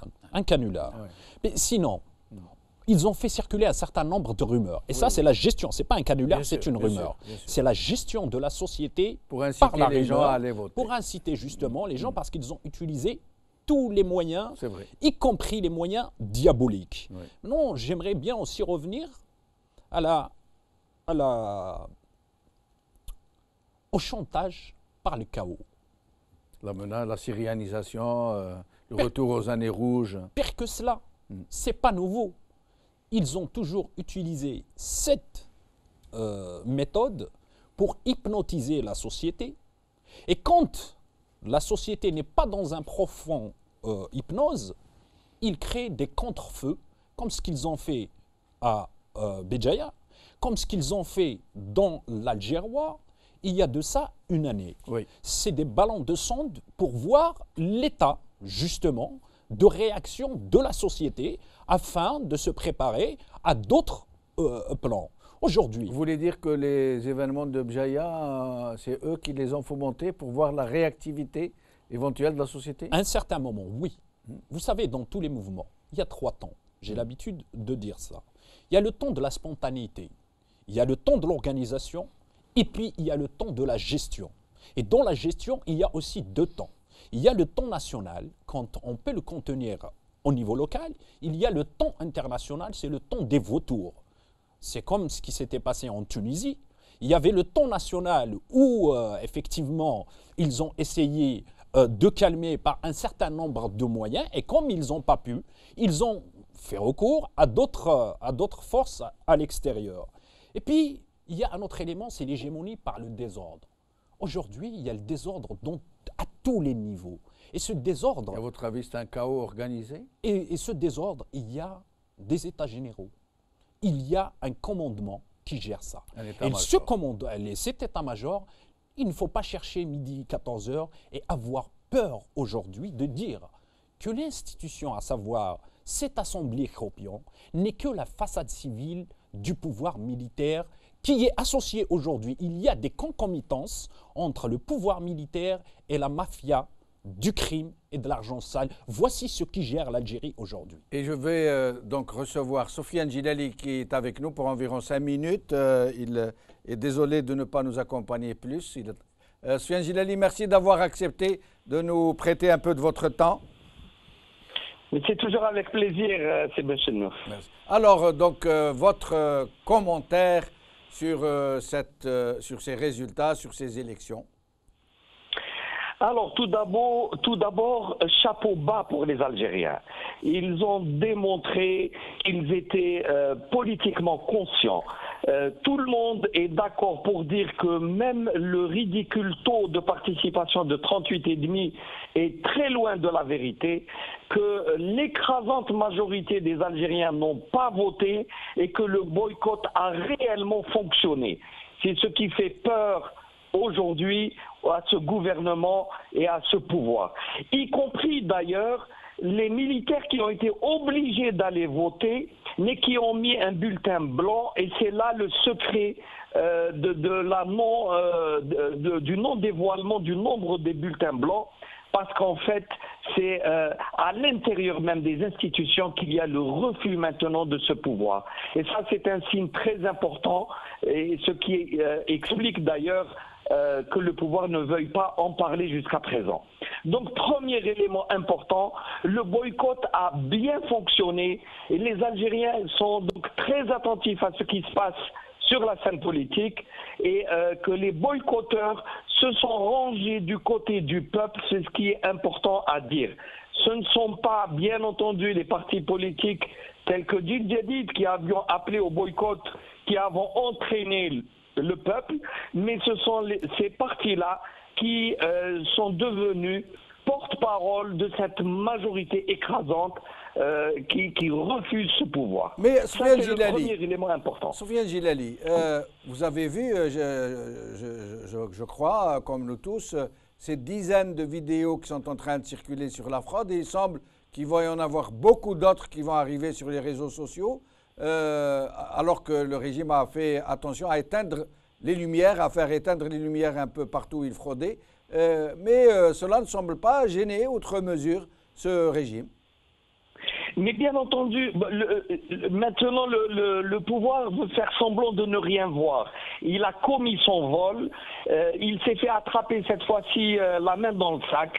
Il y a, grâce aux technologies modernes, grâce aux jeunes qui utilisent très bien la 3G, qui savent, qui ont des téléphones portables, ils peuvent enregistrer. Donc c'est maintenant avec les preuves. Ce que nous disions depuis des années sur les manipulations, sur la fraude, sur le bourrage des urnes, mais les gens n'arrivaient pas à croire tellement c'était gros. Maintenant, ils l'ont sous les yeux et je pense que c'est l'un des éléments qui va discréditer totalement le peu de choses qui restaient pour ce pouvoir. Ça, c'est donc la première leçon. Le boycott a réussi et le pouvoir est dans une situation intenable. Deuxième élément, c'est que les résultats étaient attendus, redistribués de la même façon, les quotas plus ou moins rééquilibrés en fonction des donnes, des équilibres à l'intérieur, mais ça a dévoilé le jeu malsain qu'ont fait certains partis politiques en allant jusqu'au bout. Si les partis avaient boycotté tous ensemble dans le cadre de l'ICSO, aujourd'hui, nous en aurions fini avec ce pouvoir. Malheureusement, leur jeu malsain a fait que le pouvoir a gagné et l'Algérie a momentanément perdu. Mais heureusement que le peuple a été là pour dire non encore une fois et de façon éclatante. Je pense que l'opinion internationale maintenant est très bien avisée sur ce qui se passe dans le pays. Merci Soufiane Djilali, au plaisir de vous revoir. Nous allons recevoir tout de suite pour 2 minutes Rachid Hamatou avant de revenir à Mostafa Bouchachi. Rachid Hamatou, nous vous appelons plutôt. Vous êtes à Batna. Alors, qu'est-ce qui s'est passé là-bas? Rachid. Bonsoir Jamel. Bonsoir Rachid. Merci d'être avec nous. Malgré tout, il y a une diversité. Il y a des gens qui ont voté, des gens qui n'ont pas voté, et d'autres qui se sont opposés. Il y a une prise de conscience, il y a une conscience surtout des jeunes. Qui ont montré une maturité. Donc, avant, on parlait d'abstention ou de non-vote. Non, c'était vraiment du fautisme. Mais maintenant, il y a des gens qui ont une option politique, et qui s'abstiennent réellement, qui me disent non. D'autres ont choisi, qui ne sont pas nombreux, d'aller voter. Donc, il y a une diversité qui s'installe malgré tout. Je parle d'Algérie intérieure, c'est ça qui est important. Merci Rachid. C'est moi. Merci beaucoup. Mostafa Bouchachi, d'abord les bulletins nuls. La loi, est-ce qu'elle fait obligation au ministre de l'Intérieur de dire le chiffre des bulletins nuls? Elle fait obligation au ministre de l'Intérieur de donner le chiffre. De donner le chiffre exact des bulletins nuls. Parce que c'est des votes exprimés. C'est des votes exprimés, ils ne vont pas le faire. Oui. Parce que ça va discréditer davantage les résultats. S'il a annoncé 38% de votants, s'il y a 10 ou 20 de bulletins nuls, oui, ça veut dire que cette assemblée a été votée seulement par 20% ou 19% selon le chiffre officiel. Voilà. Et ça veut dire que c'est seulement peut-être les corps constitués et les parents et les amis des candidats des candidats tête de liste. Surtout. Ça se passe entre eux, quoi. Entre eux. C'est pour ça, mais il ne faut pas s'attendre que... Mais si la loi, elle lui fait obligation, oui, c'est le ministre de l'Intérieur, de dire le nombre des bulletins oui, bien nuls. sûr. Il va le faire, mais il va... Mais il ne l'a pas fait tout à l'heure. La proclamation officielle, il ne l'a pas fait. Même s'il va le faire, la haute commission va le faire peut-être, mais ils ne vont pas donner le chiffre réel. Ça va discréditer davantage le scrutin. J'aimerais dire une chose sur la classe politique algérienne et comment elle milite. Parce que moi, j'ai assisté à Zeralda à la première rencontre et j'ai assisté à la deuxième rencontre qui a été tenue à El Bière. Et j'ai dit à mes amis de cette coordination qu'il faut militer avec le peuple pour réussir. Il y avait un espoir immense après la réunion de Zeralda. Oui. Mais j'ai dit, si on veut réussir, il faut militer avec le peuple. Et j'ai même proposé de faire 4 grands meetings à l'est, à l'ouest, au sud et au centre. C'était le mois de septembre, au siège du RCD. Et on a dit que de cette façon, faire des grands meetings, et le dernier meeting, le 1er novembre, à Alger, au centre. C'est de cette façon qu'on peut initier les Algériens. Et j'ai dit, ne me dites pas que les Algériens, ils ne sont pas prêts à militer. Ils sont prêts à militer. Le pouvoir ne peut pas arrêter la wilaya de Constantine, de Batna, de El Bouaghi, de Stif, de Borj Bouarerij à venir, même si les gens viendront à pied. Oui. Mais il faut militer avec les Algériens. C'est la seule façon. Parce que si on ne milite pas avec les Algériens, en dehors des Algériens, on devient on fait comme... de la politique politicienne. On devient comme le pouvoir. Exactement, coupé du peuple. Le pouvoir, il est coupé du peuple. L'opposition aussi n'a pas milité avec les Algériens. Oui. On n'a pas pris à militer avec les Algériens. C'est pour ça on est responsable de cette situation. On est responsable qu'il n'y a pas un vrai encadrement de la jeunesse algérienne pour aller vers un vrai changement démocratique en Algérie. Moustapha Bouchachi, les Algériens vous connaissent surtout pour un baroud d'honneur que vous aviez fait. Vous étiez élu FFS au Parlement, à l'Assemblée nationale. Et puis, même pas au milieu de votre... Avant la moitié de votre mandat, vous avez démissionné avec fracas. Expliquez-nous un peu pourquoi et comment ça s'est fait. Écoute, j'ai été élu. Écoute, bien sûr, l'FFS a participé. Oui. Après un débat en 2012 oui. et après le fameux discours du président Avril à Sétif que le pouvoir a décidé d'aller vers une vraie démocratie. Oui. C'est comme la révolution de 1954. Oui. Alors, il y avait un certain espoir. L'FFS a participé, on a pensé qu'aller à l'APN, même si on n'arrivera pas à faire passer des lois, à changer, mais on va avoir des débats et faire participer les Algériens dans ces débats à travers la presse. J'arrive à cette assemblée. Ce qui m'a frappé, que toutes les commissions de l'Assemblée, le pouvoir exécutif assistait avec nous au débat dans les commissions. J'ai écrit au président de l'APN. J'ai parlé avec le président de la commission juridique pour lui dire les représentants du ministre de l'Intérieur ou du ministre de la Justice n'ont pas le droit d'être là. C'est la loi et c'est le règlement intérieur. Il m'a dit, c'est vrai, mais c'est devenu presque une tradition. On a écrit au président de l'APN. Il ne m'a jamais répondu. Comme ça, c'est une violation du règlement intérieur et de la loi organique. J'ai fait des propositions de loi, surtout quelque chose qui me tenait à cœur en tant qu'avocat. des centaines, si ce n'est pas des milliers de jeunes qui s'est introduit devant la justice algérienne. Ils disent que les PV sont faux, rédigés par les services de sécurité. On a été malmenés, traités, il y a eu des dépassements, même des tortures. J'ai fait une proposition de changer, d'amender le code de procédure pénale. Qu'un Algérien, lorsqu'il est arrêté, il a le droit d'être assisté dans un commissariat, caserne du DRS ou caserne de la gendarmerie par un avocat. Dès la première heure de son arrestation. Dès la première heure de son arrestation. J'ai milité au sein de l'APN pour avoir 120 signatures. Même des députés FLN, RND, ils ont signé la proposition de loi. Et puis on a suivi la procédure. Le bureau de l'Assemblée, il a envoyé la proposition au gouvernement qui a mis des réserves. Le bureau de l'Assemblée, le président de l'Assemblée a refusé que cette loi soit débattue au sein de la commission et au sein de la plénière. Et il a le droit? Il n'a pas le droit.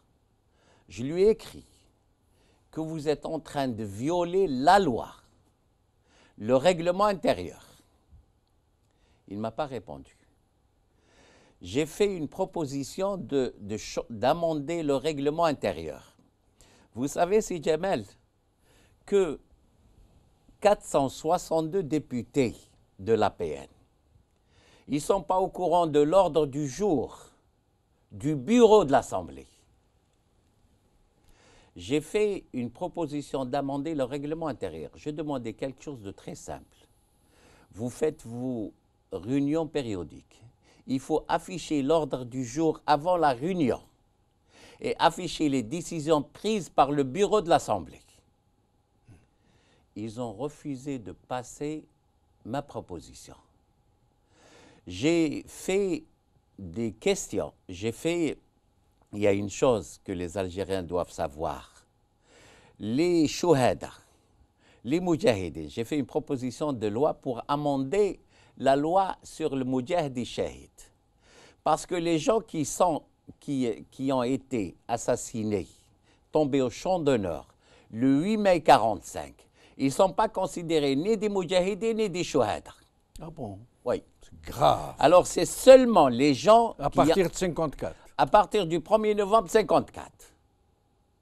Mais c'est grave ça, moi je ne savais pas. Si. Alors j'ai fait cette proposition de loi pour amender la loi. Alors lorsqu'ils ont vu que je fais beaucoup de propositions, qu'est-ce qu'ils ont fait? Toutes mes propositions ne passaient pas au bureau de l'Assemblée, n'allaient même pas vers le gouvernement. Alors j'ai écrit au président. Je lui ai dit que vous êtes en train de violer le règlement intérieur. Qu'est-ce que je suis en train de faire ici si je ne peux pas faire ce genre de proposition? On a demandé une enquête sur ce qui s'est passé à Ghardaïa, Rochi. On a demandé une enquête sur la corruption, Rochi. J'ai fait des demandes, j'ai fait des questions orales à quelques ministres. Le ministre de l'Intérieur et de la Justice. Des jeunes qui voulaient assister au forum social à Tunis. Ils ont loué les jeunes un autobus. Ils sont arrivés à la frontière, ils ont été refoulés.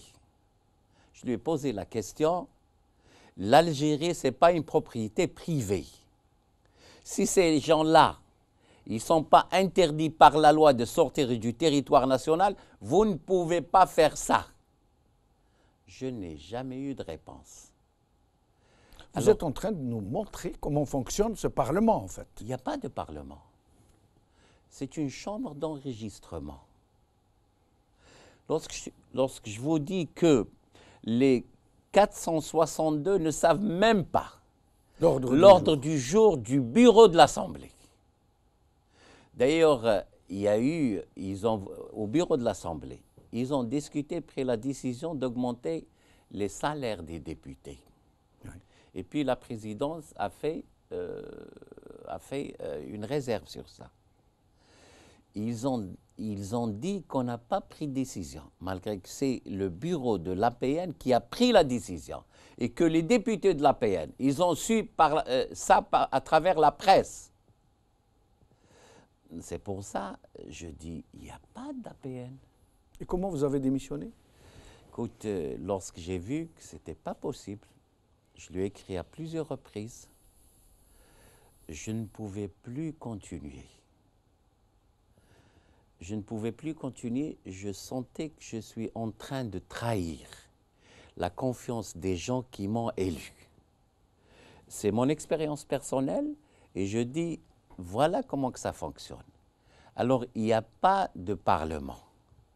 C'est une chambre d'enregistrement, une direction dans un ministère de souveraineté. Elle a plus de poids que l'APN en Algérie. Et puis, ces élections. Pourquoi dire qu'on va changer, dire aux citoyens qu'on va changer, on va ceci, on va faire cela? La Constitution algérienne, dans son article 91, le président, il n'est pas obligé de nommer le parti qui a gagné les élections. Oui, oui. Alors, c'est une consultation qui ne l'oblige pas. Contraire à la Constitution marocaine, qui est une royaume. Oui, oui. L'article 47 oblige le souverain à désigner le chef du gouvernement depuis la formation qui a remporté la majorité. Les élections. Oui. En Tunisie, la même chose. Oui. Alors c'est pour ça, même s'il dit on va y aller à l'APN, on va faire des élections, lorsque c'est le président qui décide de tout, c'est le président qui décide qui va être président de la nation, le Conseil de la Nation, le Sénat. C'est lui qui décide qui va être président de l'APN. C'est lui qui désigne un tiers, ministre, le tiers présidentiel au Sénat. Oui, bien sûr, le tiers présidentiel au Sénat. Ça veut dire même dans la législation, dans la Constitution algérienne, il ne peut pas y avoir démocratie. Lorsqu'il désigne un tiers qui bloque... Il n'y a plus de séparation des pouvoirs. Il n'y a plus de séparation du pouvoir. D'ailleurs, j'ai dit une fois, lorsqu'on m'a invité à parler du Sénat, j'ai dit que c'est un faux barrage à la démocratie en Algérie. Il ne peut pas y avoir de démocratie. Alors, nous allons recevoir quelques appels téléphoniques très brefs. Qui est avec nous, s'il vous plaît? Badreddine Gerfa, merci d'être avec nous, c'est Badreddine. Oui. Alors, Badreddine Gerfa, dites-nous un peu ce qui s'est passé dans votre région. Comment voyez-vous ce scrutin en peu de mots, bien sûr? Salam alaikum. Wa alaikum salam. Voilà. Bon, M. Mouchachi, Maître Mouchachi, il n'a rien fait. Il a pratiquement tout dit. Bon, d'abord, bravo à la jeunesse algérienne, ça je tiens à le dire. Vraiment, la jeunesse algérienne qu'on a vraiment marginalisée, je pense que cette fois-ci, elle a donné une véritable claque à ce pouvoir corrompu, à cette dictature. Bon, maintenant, pour parler de la wilaya de Taaref, Taaref qui, dans le temps, était considéré comme un fief du pouvoir, cette fois-ci, pratiquement, que vous alliez à Taaref, que vous alliez à Lacal, que vous alliez à Tréant, à Ben Midi, à Bespès, pratiquement les bureaux étaient vides. Pratiquement les bureaux étaient vides comme partout en Algérie. Donc les gens vaquaient à leurs besoins, les femmes étaient dans les marchés, etc. Bon, donc c'est tout à fait comme partout en Algérie, plus ou moins. Maintenant, ce que j'ai à dire après ce grand revers du pouvoir et cette grande victoire, je dirais, de la jeunesse algérienne, en particulier du peuple algérien, la question qui se pose, comment s'investir, pouvoir investir tout ce mouvement dans les journées à venir, dans les semaines à venir et dans les mois à venir. C'est là où je lance un appel à ces partis qui ont participé aux élections, à ces donneurs de leçons aux boycotteurs, je leur lance un message pour leur dire, essayez de comprendre cette jeunesse algérienne. L'homme politique, c'est celui qui est à l'écoute de son peuple, à l'écoute des cris de la jeunesse. Comme disait M. Maître Bouchachi, ces partis, ces personnalités politiques doivent comprendre qu'il n'y a pas de militantisme hors du peuple algérien. Le militantisme doit se faire avec le peuple et pour le peuple algérien. Donc, c'est pratiquement dans ces quelques minutes, c'est ce que j'ai à dire. Je crois que le rêve est permis, l'espoir est permis, et Inch'Allah, cette jeunesse algérienne s'investira de plus en plus dans ce combat pacifique, dans ce combat politique pour un changement que nous espérons de tout cœur, un changement vers le meilleur, un changement sans gros dégâts. Quand est-ce qu'il va venir, j'en sais rien, mais je suis sûr qu'un choc politique viendra parce qu'il faut que ça se dégèle, les esprits doivent se dégeler, comme en 88, il doit y avoir un grand choc pour que nous avancions. Et je crois que le message est passé. Je crois que ce pouvoir est un petit peu, il n'est pas non-faisable, mais il a beaucoup plus de trucs dans son sac. Mais le rêve est permis. C'est ce que j'ai à dire. Le rêve est permis. Et le bonjour pour tous vos invités qui sont à l'écoute. Merci, c'est Badreddine. Alors avec nous, dernier appel, Amor, journaliste à Bouira. Amor, merci d'être avec nous. Bonjour et merci de nous avoir invités. Merci beaucoup. Merci. Oui. Bonsoir. Oui. Bonsoir. Alors, j'espère que vous serez des nôtres demain ou après-demain pour nous donner de plus amples informations. Mais aujourd'hui, vous avez après 2 minutes pour nous dire un peu votre sentiment sur ce qui s'est passé à Bouira. Enfin, par rapport aux élections. Oui, oui, bien sûr. Vous savez, les élections en Algérie, ces derniers temps, notamment ici à Bouira, elle est synonyme de manifestation de rue. Donc, à chaque fois quand il y a une élection qui est annoncée, donc automatiquement, on s'attendait à des manifestations, à un rejet de ces élections, notamment dans la région Est de la Wilaya, où nous avons... Hier, nous étions sur place, nous avons constaté des routes barricadées, des centres de vote saccagés, des urnes détruites. Donc c'est un sentiment, à chaque fois, une élection, c'est un sentiment, c'est un rejet, c'est synonyme d'un rejet de la part de la population, de toute élection venant de pouvoir en place. D'ailleurs, si vous avez bien, nous avons constaté que cette élection et même les élections précédentes n'ont rien apporté de nouveau. Les élections organisées hier, de par leur configuration, incarnent une vie politique qui n'a jamais évolué. Donc, nous l'avons même vu par rapport à la campagne électorale, peu d'engouement de la population, des citoyens par rapport au discours prôné à chaque fois, le même discours prononcé par les candidats de l'opposition que de pouvoir. Voilà. Merci, Khouya Amor, au plaisir de vous revoir. Et donc, le mot de la fin revient à la jeunesse, dont on a beaucoup parlé au cours de cette émission. Vous savez, Jamel, en écoutant Maître Bouchachi, je me rends compte qu'il est encore beaucoup plus jeune que moi, car l'âge n'est synonyme de rien. Quand j'ai appris tout à l'heure que j'allais être sur un même plateau avec Maître Bouchachi, quand j'ai appris cette belle... C'est très beau, ça, cette jonction entre 2 générations, toutes 2 engagées, toutes 2 debout, vent debout, c'est magnifique. Cette belle leçon que le peuple algérien et surtout la jeunesse a donnée cette fois-ci, ça a évoqué une seule chose en moi, le sens de l'honneur. Et c'est pour cette raison que j'ai essayé d'écrire quelque chose sur le sens de l'honneur. Le sens de l'honneur, c'est de faire de son discours et de ses actes une traduction fidèle des valeurs que l'on porte. Le sens de l'honneur, c'est rejeter toutes les compromissions et toutes les formes de corruption.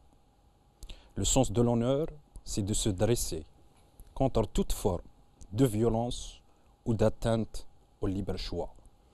Le sens de l'honneur, c'est de faire de l'ascèse politique la colonne vertébrale de son combat. Le sens de l'honneur, c'est d'être fidèle à l'idéal d'une république algérienne démocratique et sociale. Le sens de l'honneur, c'est le patriotisme démocratique. Le sens de l'honneur, c'est de rendre son mandat de député pour ne pas cautionner la politique des quotas.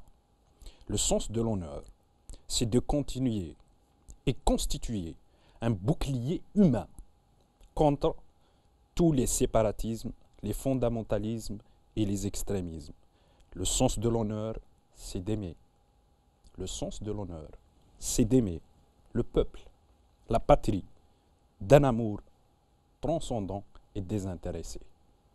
Merci pour cette belle leçon d'honneur que vous nous avez donnée. Merci beaucoup, Saïd. Merci.